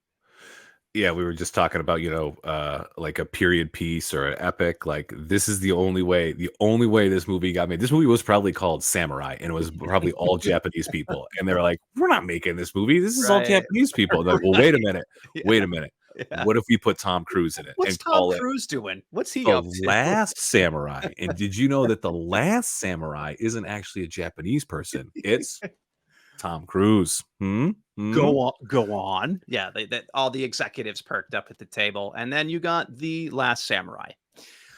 Yeah, there was also a third Terminator movie, which I totally forgot. No, there that this wasn't. ca- that this No, there came out. wasn't. That's how I feel. No, there wasn't. The absolute balls and audacity to even think you could make another Terminator with Schwarzenegger, let alone a Terminator after T2. Like T2 just sets the bar so incredibly high for, the story. I think out of just IP greed, they were always going to make another one, but this was total weak sauce. I remember like this one especially, right. It had the female Terminator, and that was like, oh, cool. There's sure, why not? We'll be inclusive. There can be a female murderous Terminator, but it was just weird. It didn't play very well. He started to look a little waxy and old. I think Claire Danes for some reason is in this movie too, for no reason at all. Maybe she's one of the. That's how they do every one of these movies. Like, what Connor is this? Is this his sister, his aunt? No, she was like the daughter of one of the guys who works at like the military who decides to put Skynet online, Cyberdyne or whatever. Yeah, dude. So, like, I don't think. Like James Cameron had nothing to do with this. He just probably got like a character. He probably got some money for like creating the characters or something like that. Like he had nothing. He did I would no hope story he didn't credit. have anything to do with this. Dude, that's what I'm saying, right? Like I'm sure that they had to pay him for using his characters, but the only way that Terminator 3 could ever be good is if Cameron had anything to do with it. Because 1 and 2 are all him. They're all him. All him. You remove him, and obviously Schwarzenegger is the character, but you remove like that creative aspect from it. Why are you even making? Why even? You're not even making a Terminator. You're no longer making a Terminator movie. You're not. You're just kind of like you said. You're asking permission for the IP. You're just taking it, and you're taking it and running with it. And unfortunately, in this case, you're running off a cliff with it because it was a pretty awful film. It should have never been made. Also, 2003 brought us not just one Matrix movie, but 2 Matrix movies, which just kind of blows my mind. And I'm seeing this from what AI producer brought up. So the first one out of the gate was The Matrix Reloaded. So this was the sequel follow-up to The Matrix. Right. Now, I will say, I think The Matrix is a great movie. I really thought it was amazing. Yeah, far ahead of its time, visually incredible. I think it changed the dynamic of like sci-fi action films forever, basically. Bullet time, everything wanted to be it for years after that. The whole look and feel of it. This was, it was inevitable they were going to keep making these. They were so successful. Of course, it's like, hey, you got another one we can make? You got 2 more we can make? And this came out. I'd say this, from what I could remember, had a few good set pieces, a few good action sequences, but it just could not live up to the first one already. It just felt very regurgitated. Like they wanted to bring you deeper into this world. And it just didn't, for me, it didn't necessarily stick the landing. There is one thing that I remember that I still like, I hear it in my head. There's an action sequence where they need to get from like point A to point B. And Trinity, like Morpheus, I think he says, like, we'll take the highway. And Trinity says to Morpheus, you always told us never to take the highway. You said it was suicide. That's what I think about when I go on the highway here in Orlando. Like, I will do everything in my possible power to not get on, not because I'm a bad driver. I'm a great driver. Fucking no one can drive in this fucking town. And I swear to God, every time I'm going to get onto the highway, I just hear like there's like, I thought you said it's never go on the highway. It was suicide. I'm like, here we go. So that is the one thing I have taken from the Matrix Reloaded is I've applied that to my real life is don't get on the highway because it's suicide. And I mean, speaking of the Matrix Reloaded and the highway, who could ever forget this amazing moment in Matrix Reloaded with that ass that could stop time right there? That thing is nuts, dude. Yeah, Carrie-Anne Moss that was probably the best part of Matrix Reloaded is that B-Donk-a-Donk is insane. Look at that. Look at the whatever that guy's name was, the Keymaker or whatever the fuck. Dude, he is hypnotized by that shit. Dude, he kept screwing up this take. Dude, this must have been take like 30 because he kept forgetting his line after seeing that. Holy Jesus. There is no What? spoon, just that big fat booty. God Jeez damn. Louise. But obviously a big fat booty like that led to a third film, which was really, really terrible. I thought they maybe should have just left it, capped it at Reloaded. Revolutions was awful. It was so freaking bad. I remember going to see it in the movie theater, and like, it's one of those things where it's so bad, like people are laughing at it. Like, that's not good. When everybody's laughing at it's complete cheese. Obviously, mainframe Babyface was awful. Like, I don't know what the hell that was. Like, giant Gerber baby that comes out of demonic Matrix, and it had like demon voice and blue electricity. I mean, I don't know what the hell the Wachowski at the time brothers were thinking. This was out of control. Stupid. Yeah, isn't it at the end of the movie where he's all the blind messiah and all he can see is like in yellow, but it's this baby robot knows that he can converse with him. Like, is this what I remember about this movie? Is this at the end of the movie and they're making a deal, like the robot baby is brokering a deal with blind Neo. This is exactly the language that was going on when they were writing the screenplay. They're like, yeah, robot baby brokers a deal with blind Neo. And then, but then what has to happen is then Neo goes into the mainframe and he finds evil Colonel Sanders, who's been running everything the whole time, and they broker a deal and they shut the Matrix down. Okay, Yeah, great. Let's send that off to Warner Brothers. Let's go. I mean, I know you like every sequel has the almost impossible task to living up to the original, but where things like Empire Strikes Back can do it, you know what I mean? Like, you were hoping, like, especially after the first Matrix, like you were hoping for like an Empire Strikes Back. We didn't get an Empire Strikes Back. Oh, it's like we got fizzled out. It fizzled out, and they tried to even recreate it and bring it back years and years later with the light the spark again with the Matrix. And it is one of those things. It's like anything. It's a popular IP. If there's a will, there's a way. They'll try. If there's money, they'll make it.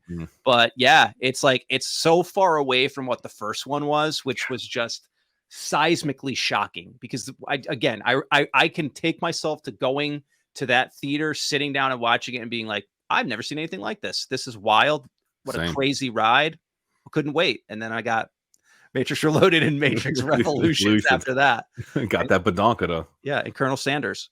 Elf. Everybody loves Elf. It's like now it's a heralded Christmas film. Huge vehicle for Will Ferrell.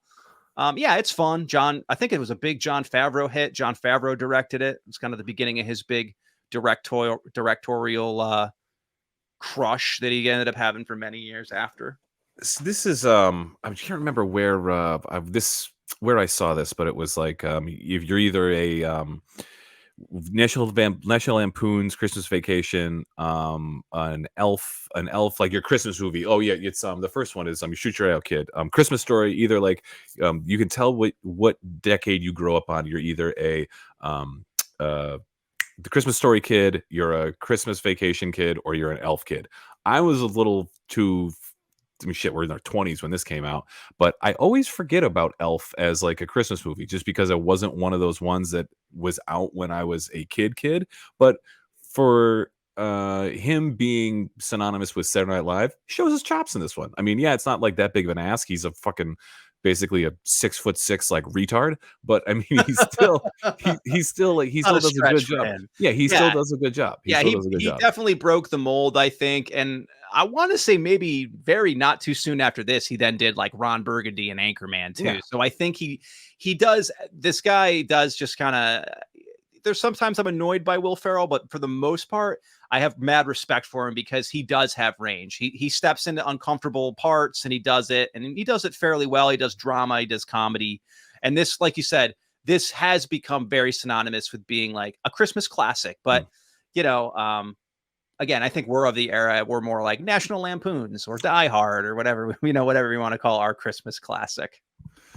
Yeah, Elf is just a little too late. Oh, well, yeah, I forgot about this. Bad Boys 2? So I've never. Okay, Bad Boys 1. I have seen several times. Yeah, which is good. Which is a good, solid action film. Great Michael Bay flick. I've never seen Bad Boys 2. I have seen it. I feel like I've seen most of the other iterations of Bad Boys, but is that like Gabrielle Union? Yeah, she's like rocking a piece. I just think again, it's one of those definite overkill moments for both of these guys. I mean, Will Smith's looking pretty yoked up. This might be even around when he started training to do Ali or something. He's got some big ass guns on him there. I do not like Martin Lawrence's trigger discipline. His finger is on the trigger and he's pointed right at Will Smith. Will Smith what are you doing? must have fucking slapped his ass before this shot. Yeah, the armorer came over and was like, "Yo, dude, chill." Don't like that trigger discipline, Martin Lawrence. And also, like you said, Willie Smith here with the ripped off sleeve showing them guns. He's showing what he's working with here. Martin Lawrence did not sign on for having the personal trainer get on a diet. He's like, can I just wear, like. He brought the snark. They were like, just snark it up, dude. We just need you to have all the little snarky lines and, basically prop up Will Smith. Will Smith's got his construction worker goggles on there. I guess those are safety. I don't know why he has safety goggles on if you're in the heat of battle.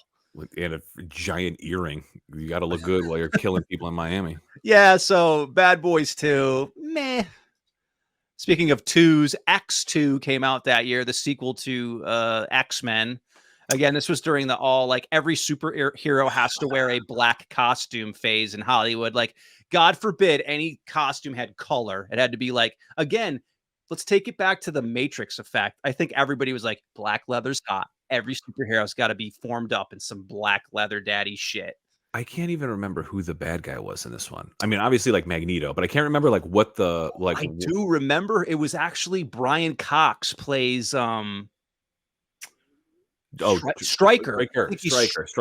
Okay. And it's freaking Brian Cox, and he's Stryker, and it's a Weapon X storyline, I think, right? There's some Wolverine, because I think in the comics it's Stryker and Weapon X and all that shit. I can't remember. For whatever reason, I can remember the end of the first one where the Statue of Liberty and Halle Berry versus Toad and all that. I just can't remember too. I remember they changed the name. I can't remember what the working title was, but didn't they change it to X-Men 2, X-Men United, because it was filming after 9/11, and so they had to capitalize. Right. They had to capitalize on patriotism by calling it X2, X United. Oh Jesus! Yeah, that's what that's how little I remember the plot. I remember they changed the name to go pull on the patriotic heartstrings. Yeah, I'm just looking at the cast lineup here. I mean, again, Hugh Jackman did make an awesome Wolverine, so good that he's come back several times over to rehash that role. So I mean he's great. Ian McKellen, dope ass Magneto, Professor X. I mean, Professor Stewart, he is Professor X. I buy that.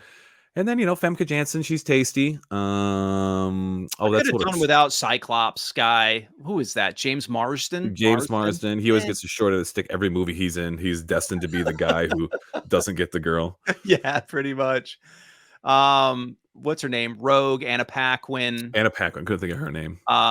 What's her name? Who plays Mystique? Rebecca Romaine. Yep, there you go, Rebecca Romaine.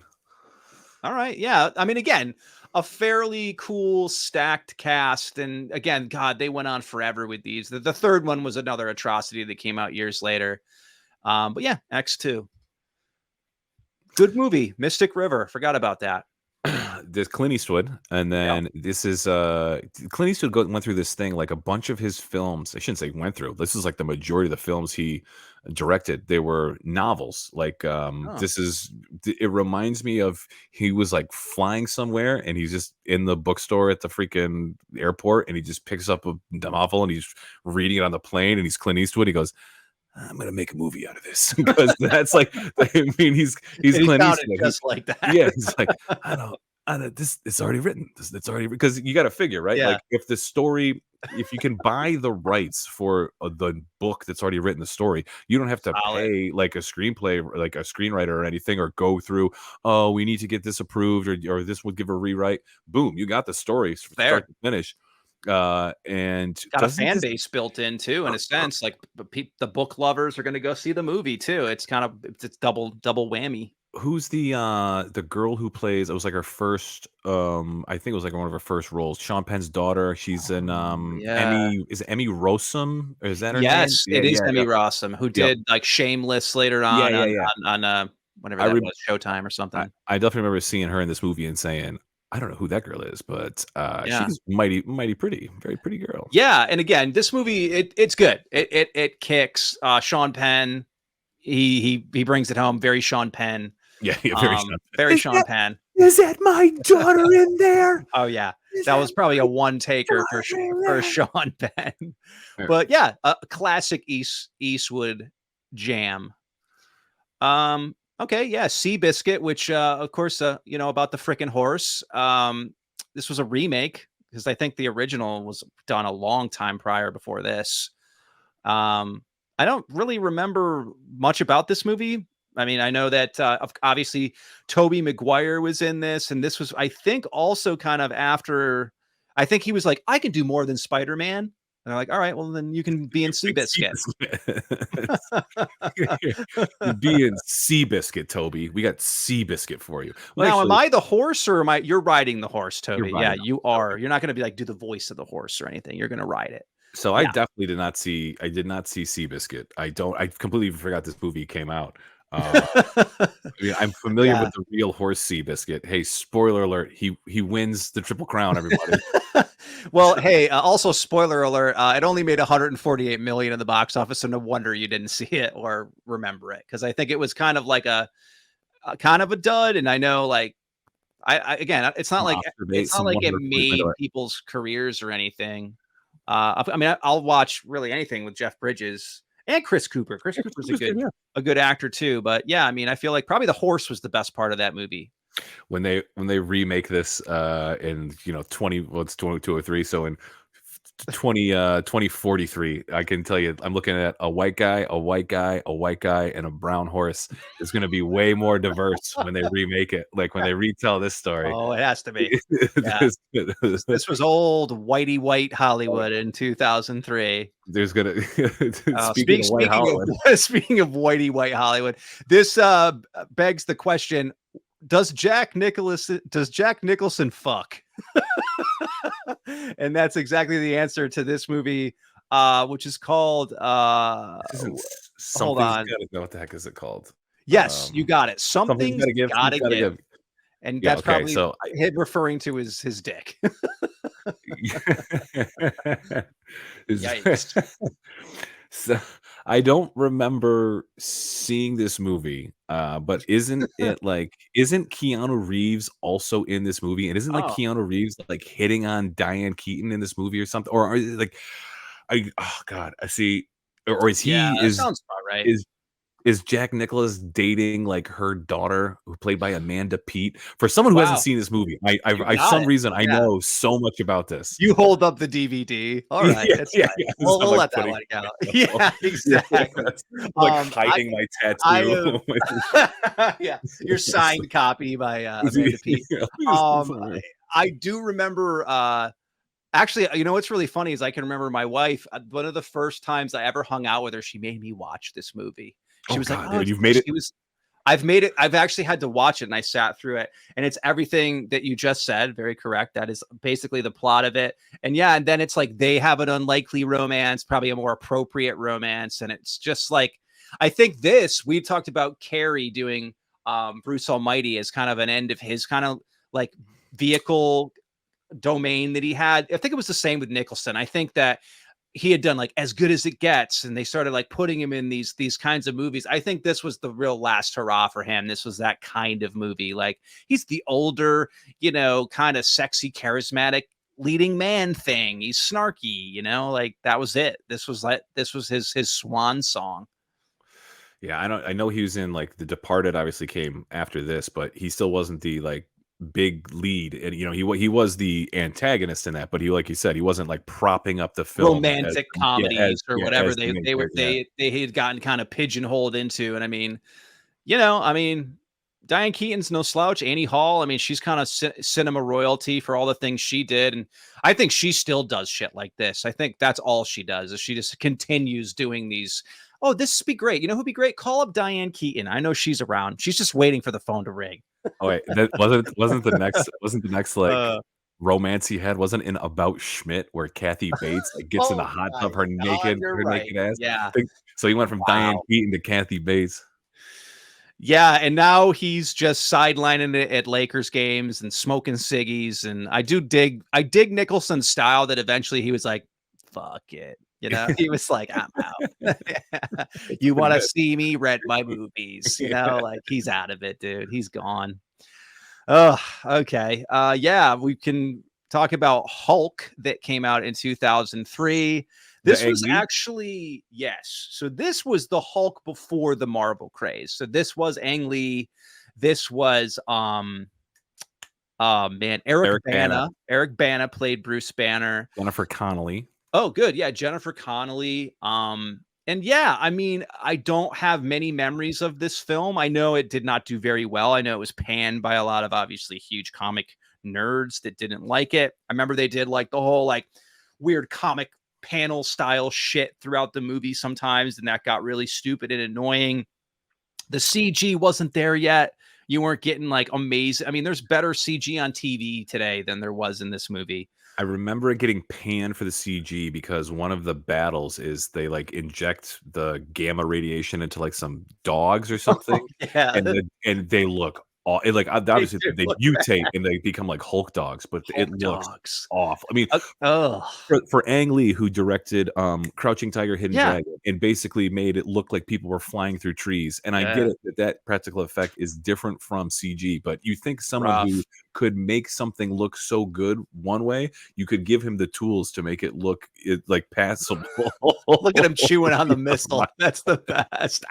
The Hulk doesn't look so bad in some shots, but yeah, everything else in that movie. I didn't mind Bana as Banner. I think it was fine. It's just, again, it was like, you know, maybe not yet is really what it came down to. In 2003, we weren't there yet, and this was also just companies being licensed Marvel rights. This was before Marvel Studios, so it's like it's really wild to look at all that stuff back then. I mean, obviously, God, there was Blade, there was Daredevil, so there were properties that were definitely X-Men. There were properties that were given, you know, IP to do, but even Spidey, yeah. So it just didn't do it, though. It just was kind of a weak sauce film. But yeah, I mean, I think then you move forward in the future, and now you got Avengers, and you got Mark Ruffalo. I think it's like a fairly good Hulk, but yeah, I don't know. This one was a kind of a swing and a miss. No Tony Stark Iron Man, that's for sure. No, it took until that to kind of ignite the flame. Oh, baby. How can we forget Too Fast, Too Furious, the follow-up sequel to Fast and Furious? Yep, there it is. This is like this still is the movie right here. I have never seen any one of the Fast and Furious. Me neither. I've never seen any one of them. I've never seen a single one, and I kind of don't ever plan to see one. I kind of like being in that exclusive club that I haven't seen it. And I just think over time, it's obviously a campy fan favorite. A lot of people like these movies. I think to date, they've made 10 of them. Have made 10 of any movie. I would like to see the bottom line for what this franchise is rated, because you don't make 10 of these damn things unless people are just paying you. Well, how are you going to make with movie theaters being like shot in the foot?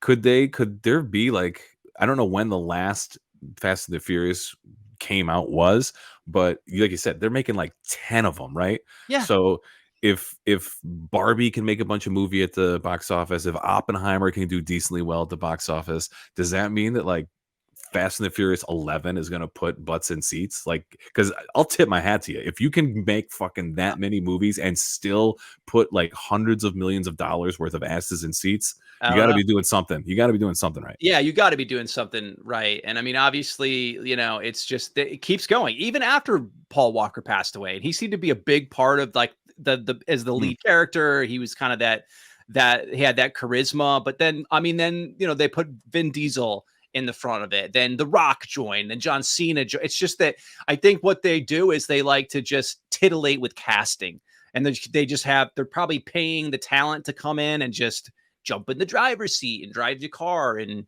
shoot missiles, and it's outrageous. From all the trailers I've seen of the new ones, they just seem like it's almost a joke on itself. It's just stupid, but like people like the big stupid fun of it.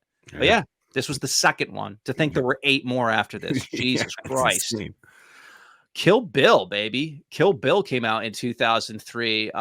Kill Bill's a great film, and it's volume 1. It's obviously one of 2. 2 came out, I think, the following year. It was an interesting move for Tarantino to split it into 2 movies. That was the first time, maybe only time he's ever done that. Will ever do that.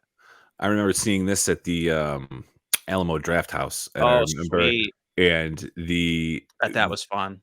dude, it was fun. It was fun, but the only problem is, when the fact that it was Quentin Tarantino and in Austin, the fans who were there, it was. I've never been to like a Rocky Horror Picture Show like sing along, but Boy. you know how everyone's like all just, oh, this is part of the movie. It's like that was what it was like. Yeah, Like that's there was just almost like that the crowd who was so enamored with, because it's a Quentin Tarantino movie. It's like, can we just watch the movie and not be like, oh, this is fucking awesome because this is from this movie? Like literally when people are like talking like, oh, this is from this, oh, this is not. It's like, it's like if I wanted that, I'd wait for it to come out and rent the DVD commentary of the movie. I'm here to enjoy a movie. I got popcorn and a soda. Shut the fuck up.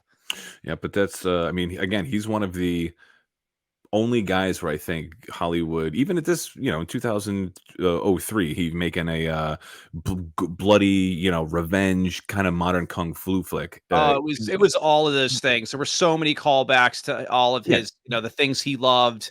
Nobody else would have gotten the paycheck, like the money to do that, unless you're Quentin Tarantino. It was awesome, man. It just brought a lot of things into the zeitgeist, especially. And again, he's one of those guys that he's a tastemaker. He makes kinds of movies that everybody wants to try to make afterward. And there were lots of stupid Kill Bill wannabes that came out. But yeah, and I mean, obviously, I think it turned heads. Uma Thurman's great in this. She was great, obviously, in Pulp Fiction, which was another Tarantino film. But I think this changed the game for her too, because she just came in and fucking killed it. She was great. Oh man, when she is in the coma and the beginning, and my name is Buck, the guy comes in, the orderly, when he is like pimping her out to the other guy, he gives him the fucking lube, and he's like, sometimes this cunt's cooch gets drier than a bucket of sand. And I mean, it's like there's times like, you're watching a film and the Cringe. way the dialogue drips out of the character's mouth, and that one I remember sitting in my seat being like, oh Jesus, oh god, like it's just so foul. Oh yeah, so vile. It could only come from the mind of Tarantino. That and all the gratuitous feet shots of Herman. That's all from his brain as well. Let's round off movies with obviously I would call most of what we saw right before was probably the better picks of 2003. Let's talk about the trash. Obviously leading the charge there is one we talked about already. Geely was an absolute bomb. How does Ben Affleck look like more of a douchebag here than he does in that other picture? Yeah, he probably kept that. He's like, can I keep this? Can I keep this wardrobe? AI producer saying, Geely, the Jennifer Lopez and Ben Affleck romantic comedy, is considered one of the worst films ever made, with a 6% rating, one of the lowest ever on Rotten Tomatoes. Critics called it laughable and a joke. I'm not. But their love was not. I'm glad that I missed, because what's his name's in that too. El Pacino. I remember he's in that. I can see him in the trailer, but it's supposed to be like a gangster flick. They tried to sell it like a sexy, gangster movie kind of, but it didn't. Yeah. I mean, what did it say? It was panned as one of the worst movies ever made. Congrats, Lovebirds. You did it. Yeah. Oh, it's so bad. Next up, from Justin to Kelly, which basically probably the working title was Saving It for Marriage. Because look at those two. Creepy, wholesome looking shit. Obviously that's Kelly Clarkson. Where is that guy gone? Dude, like, where is that guy? Is he still on the beach? There he is. Like, is he still on the beach? Yeah. He rents ski-doos at the beach they filmed Justin to Kelly at.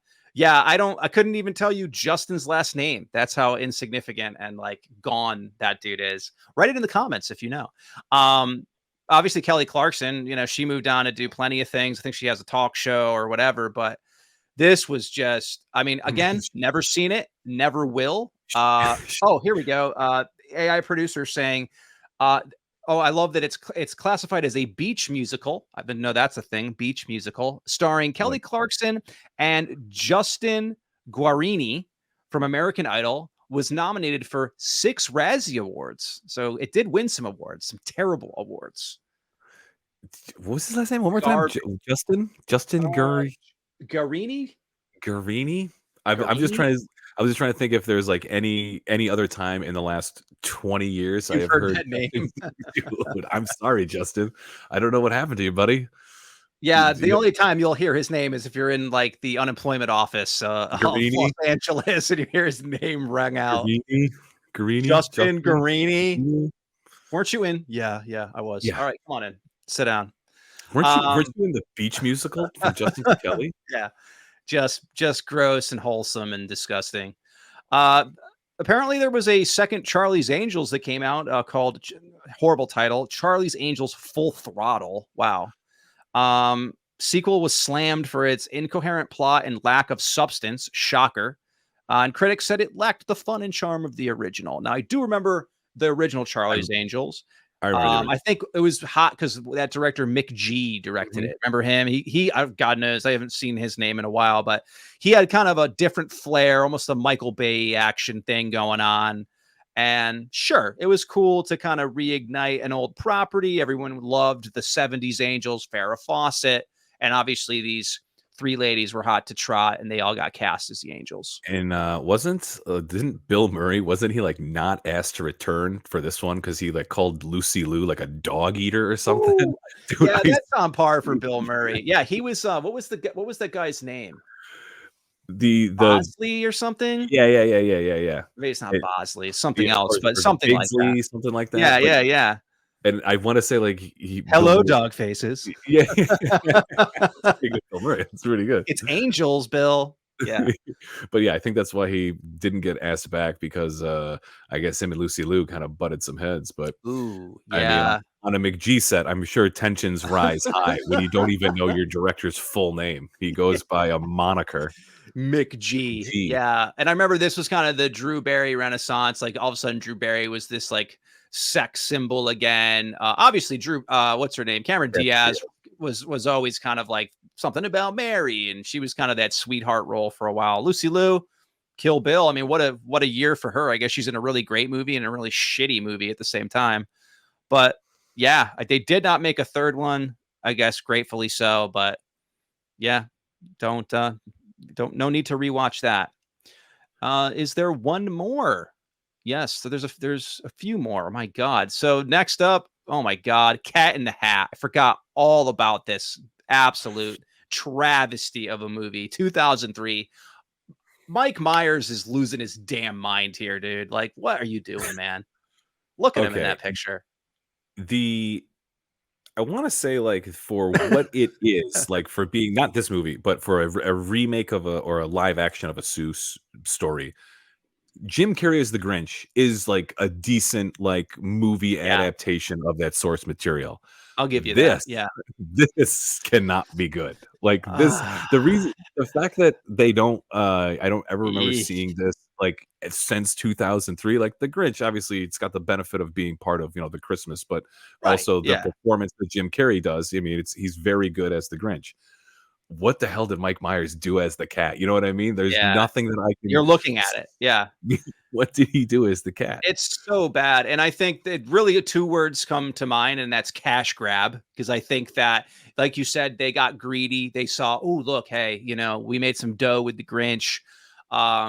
Jim Carrey's on to bigger and better things. Who else is desperate and dying for, to build another house and, get a big paycheck? And it was definitely Mike Myers, because I want to say even at that point, maybe the Austin Powers stuff had definitely dried up. That well was gone. And I mean, yeah, look at him. He's just way too happy to be in that costume and shit. And yeah, it's awful. I mean, it's just, I didn't see it. I've seen clips from it, and it's just super cringy. It's super effing cringy. The clips that I can see, I remember him like doing like trying to make like roar noises or whatever, like try to talk like a cat, and it just doesn't work. He's like trying to do too much. It's awful, dude. It's so bad. And I'm sure it was filled with incredible, horrible critic puns with about like 9 lives, and they were killing him. I would love to read even a dozen of the headlines of the shitty crap on Mike Myers articles that came out after this movie dropped. God. Yeah, they wanted a sequel out of this so bad. Yeah. Hey, don't hold your breath. I haven't seen Mike Myers in a bit. He might be out there making it right now. Because isn't there a Dr. Seuss book like The Cat in the Hat came back, right? Isn't that like Probably. it is? Yeah, so they were probably banking on we can do the second book if this goes well. Look, Mike, 7-figure paycheck. Show up. We're going to put you in the costume. You got to growl like a cat, lick yourself, hawk up a cute hairball. You're paid. I'd like to see if he went method, just slept in this suit. Just it's like, don't even take me out of it. I need to be one with the cat. It's all smelly and shit. All right, last one, which is probably the freaking worst one of 2003, Dumb and Dumberer. There was just no reason to make this goddamn movie. This is also just like, why even try? Like, why? It's just like, I think it's like this mechanism of like the younger versions of people, this happens, and years later, I think a lot of people take this and run with it. When you can't get older legacy characters back, you go, that's fine, we'll do their younger versions. Who the hell are these two dudes? Okay, good dude. For a second, I was like losing my mind because isn't there the real Dumb and Dumber sequel with Jeff Daniels and Jim Carrey? There is. They make one. Yeah. Okay. With dude, Harry and Lloyd as we know them, as the fucking characters, not these fucking nobodies. Yeah, that's for a second. I was like, that movie was way back, like the one with Jim Carrey and Jeff Daniels, the sequel to the OG. I was like, that was in 2003. What the fuck is this? I don't even effing know, and it just they look terrible. It looks so bad, and it's just like freaking me out too. Why? And what's the storyline? It's like a dude where's my car, but with Harry and Lloyd from Dumb and Dumber and Dumb and Dumberer. It's so fucking bad. And Lloyd Christmas looks like cancer Channing Tatum, and Harry, dude, that looks like if you got Lloyd out of it, that looks like that would be like a college age woman in a 1980s movie. Like she's like sipping of soda. Oh, absolutely. Outside like a Big Y or something. But shocker, I'm seeing AI producers saying that apparently the Farrelly brothers had something to do with this too. The guys who goddamn made the first one. Like, what are you thinking? What is this, dude? How do I not remember this? Why did you do this? Were you indebted to a mobster loan shark and you just had to make some money? It's so bad. I am so glad that this is completely wiped from my memory. Like I said, I remember the real Jeff Daniels and Jim Carrey sequel. This might as well be like a Mandela effect or something. That's what I'm saying. It does. You're right. It's in that class of so surreal that it doesn't feel like it ever existed. And for our case, I wish it never did. And that's how we will wrap up movies in 2003. Jesus Christ. Yeah, it's so funny. You're right. Like I have no recollection of like a trailer for that or like anything. So yeah, if you remember Dumb and Dumberer, tell us about it. Cause bro, I am absolutely lost. I believe it is time for an entertaining segment. Oh, okay. Maybe we can do a little palate cleanse on Dumb and Dumberer. Let's see. What are we going to do? I love this segment. This is a good one. We did it on a prior show. It's a little segment we like to call Dream Roster. Dream Roster's fun. And usually we try to tie Dream Roster in if we're doing something like movies or TV, because obviously we want to pull some awesome characters into our Dream Roster. That's kind of the gist of it. Basically, Dream Roster is Clay explained it great on the last show. It's like you're putting together your crew. If you're going to go, maybe it's the heist film and you need all the specialties of the people you need. You're going to pull from this Dream Roster of people that you get to choose from. And for this, we are going to stick with 2003 movie characters for Dream Roster. So let's get into it. First one up is Jessica Biel from Texas Chainsaw Massacre. Very memorable performance by Jessica Biel in all the right ways. She was really showing her A game in this for sure. Cowboy hat. The damsel in distress, but also the heroine. Wow. able Yeah, to the tied off like wife beater thing she had going on.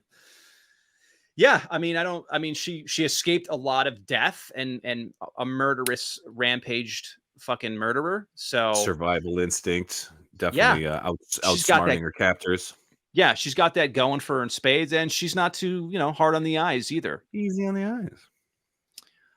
Oh, here we go. Okay, I so think it was Jimmy Markham. What's his name? I think so. Yeah, from Mystic River, Mystic and River. he was Perfect the Sean Penn face. That's like the quintessential Sean Penn face right there. yeah, the a Boston. He really wasn't mafia. He was like Irish, kind of. He was like a gangster, but he really wasn't. He was Irish, so wasn't Like a heavy, mafia. like an ex-heavy like a and heavy. shit. Yeah. Yeah, definitely. So he's got some street smarts. He's got connects. He's kind of a bully. He's a tough guy. He's the muscle. All the Charlie's Angels. Oh, Okay, nice. cool. Okay. You get 3 in 1 with this. They all have a Three for price of specialty. One's probably really good at mechanics. The other's like a weapons expert. And apparently one likes to surf and probably just use her vagina as a weapon as well. That's a superpower. I would assume that was a superpower of one of the angels, if not all. So yeah, that's quite an interesting package. You get all 3 there. Very interesting. Paul Walker for the Wheelman. Actually, you know what? I know how that turns out. There we go. Tyrese Gibson. I think I'd rather him be. Sorry, I'd rather him be the Wheelman. No, I'm not going to. I don't want to tell the team on who to pick on their dream roster, but you might want to go for. I'm just saying you might get pulled over a little bit more with this guy. Okay, that's true. I'm just saying. I'm just putting a joke. All right, that's true. But I think I need a guy who can handle a fast car. I think I'm going to go with Tyrese Gibson. So yeah, he can cut some quick turns. He can get me out of a sticky situation. Yeah, I think he's a good choice to be on the dream roster at some point. Hattori Hanzo. That Hattori Hanzo steel, weapons expert, man, makes incredible weapons of death. I just think he's a great guy to have in any team. He's going to make you some killer swords. He can make sushi also. It's a sushi restaurant. So he's a restaurateur. It's going to be eating good. I love that line. I got vermin to kill. Ooh. Beal. Absolutely. Oh, Mystique. Mystique. There we go. She's cool. She can do a lot of cool like shape shifting and change herself into people. Very chameleon-like. She ain't too bad to look at if you look at her scaly boobs. And I believe she also has like super strength because she's a mutant. So if you like getting, a little bit of a tussle bang, I'm sure she can teach you a little rough in the bedroom. Oh, absolutely. Yeah, absolutely. All right, Mystique. Oh, my boy. Wizard. Gandhi. The golf. Gandhi Dolph. I think, you can't really go bad with him. He's got all that magic up his sleeve. He probably has great weed all the time on him. He's always got the good shit, got that Shire shit, that big pipe. Gandalf's a catch, no doubt. And it's Ian McKellen. I'm sure he's fun. He has some fun old-timey gay stories he'll tell you, and that's fun. It's just fun to listen to that stuff. The Terminator. Yeah, the female. I think she was the TX. The TX. I was trying to remember what the number, her serial number was. That's right. Even that's like such a terrible reach too. I'm going not to pry, but just like really TX. That's what they came up with. But anyway, TX. I mean, she's Terminator. She can do a lot of cool shit. She's a goddamn endoskeleton, strong. Death's definitely on her radar. That she just wants to kill. It's not a bad thing to have. Agent Smith. Mr. Anderson. See, this guy is like probably the closest thing to like digital Superman. But now the only problem I would have with him is putting him on the roster. He's kind of a wild card, and if you don't know if he's gonna stick to the plan, if he's gonna try to assimilate everybody, if he's gonna stab you in the back. But he's arguably so far, aside from Gandalf, I would say probably one of the most powerful that we have seen on the list so far. Agreed. And rounding off our choices, I actually thought this guy was the wild card. It's Elf. Let's put Elf in there. He has Christmas magic, which is not just regular like fantasy magic. He has Christmas magic. He could definitely be a distraction. Bang. He's goofy. He can go in. He can be, again, the distraction. I don't know what he's doing more or less in a crew, but he's Elf. I mean, we'll throw him in there. Man. So it's tough. All right, here we go. Here are our 10 candidates for Dream Roster. Go ahead. Who do you pick for your Dream Roster? All right. You can pick 3. We get 3. 3. You can pick 3. We get 3. We get 3. All right. I can tell as soon as I saw him, 100% Gandalf. 100% I'm taking Gandalf. Great choice. I'm taking Gandalf. I'm taking that is even his is Gandalf the Gray, which he's not even Gandalf the White. He's not even Gandalf the White. So he's like the lesser form of Gandalf. And I would still take Gandalf the Gray. I think that's just a no-brainer. Fair. He's now this is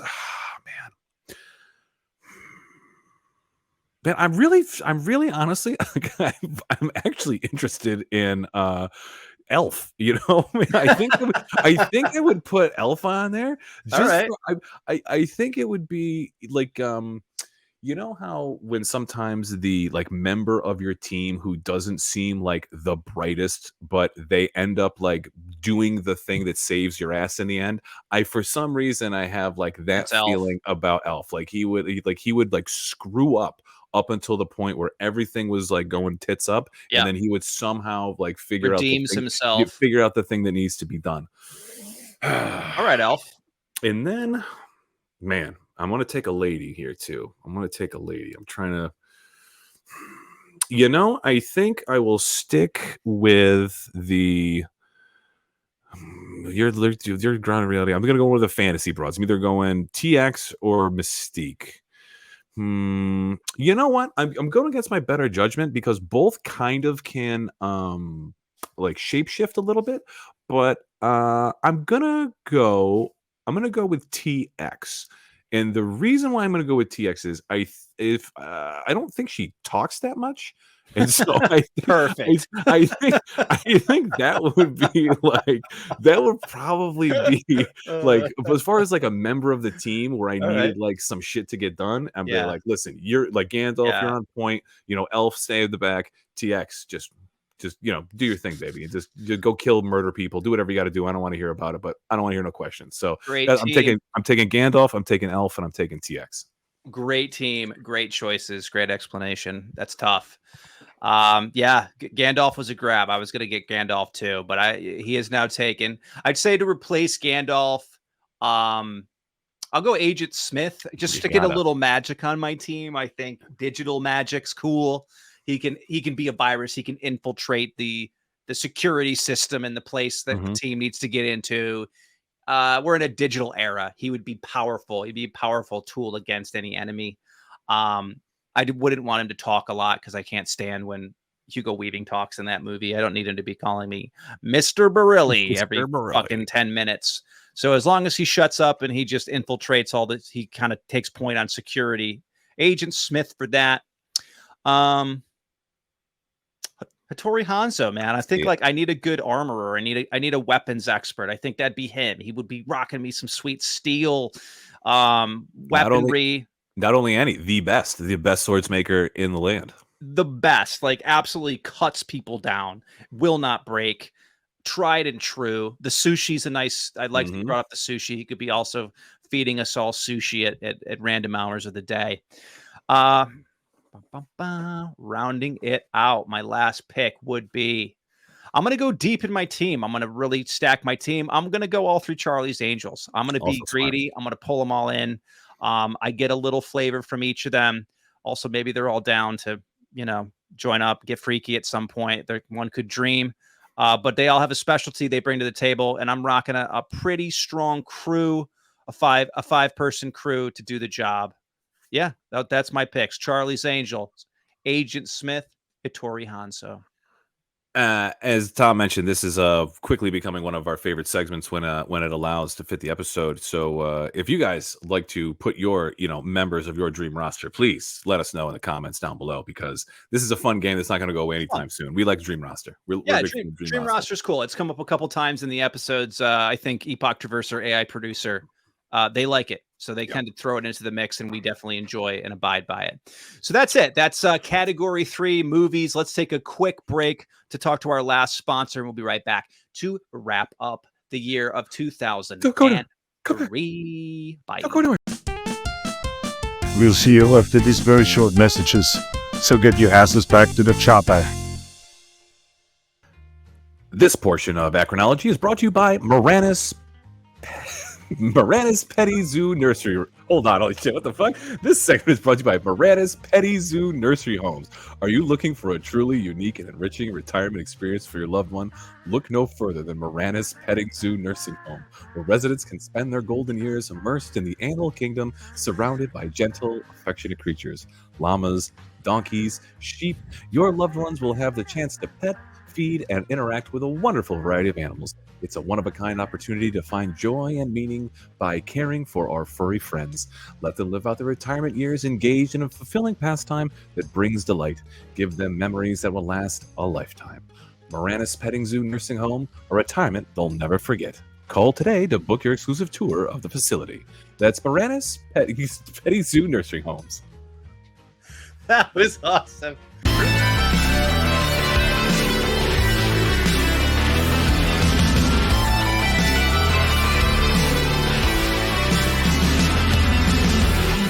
You are watching Anachronology. AAA. Okay. Well, what do you say? At the end of the show, end of our journey in 2003, we've hit some pretty interesting categories this year. We've had science, we've had tabloids, we've had movies, we've had some fun segments because that's what we do here. We try to do that year to year. And we hope you continue to join us, watch the videos, click subscribe below so you can see we're trying to do weekly videos when they pop up. We got little shorties going up on the YouTube, and there's also the Patreon. Tom, you said it. Couldn't say it better myself. If you guys please like to just subscribe, that costs nothing. It takes just one click, and just it just helps us out. Just feeds the algorithm. And if you do feel like giving us some shekels, you can always subscribe to our Patreon, where we do have exclusive content and bonus footage. And Tom, the more and more we've been doing this show, I like to think that, well, as much as you and I are friends, I'd like to think that this show operates as kind of a way for people to feel like they are part of a group of friends who are talking about, oh yes, this thing that comes up, and you either are going to interject with something that you remember or that you personally experienced or that you laughed at, because I'm doing that with you, man. Like, we just went to 2003 and there's a bunch of shit that I don't remember and a bunch of shit that I did remember, and it's fun, man. It's fun doing these. It's fun going down not even memory lane, just going down the timeline that is the every year we've been alive. So I hope whoever's listening and whoever's watching, you guys enjoy this, because we've got many more years to go through. So many more years, and we're very excited to bring them all to you as frequently as we can here on Anachronology. Thank you for watching, and tune in next week. Another year, different categories, different craziness. But Clay, always a pleasure, my friend. Thank you. Later. All right, everybody. Be well. See you next time.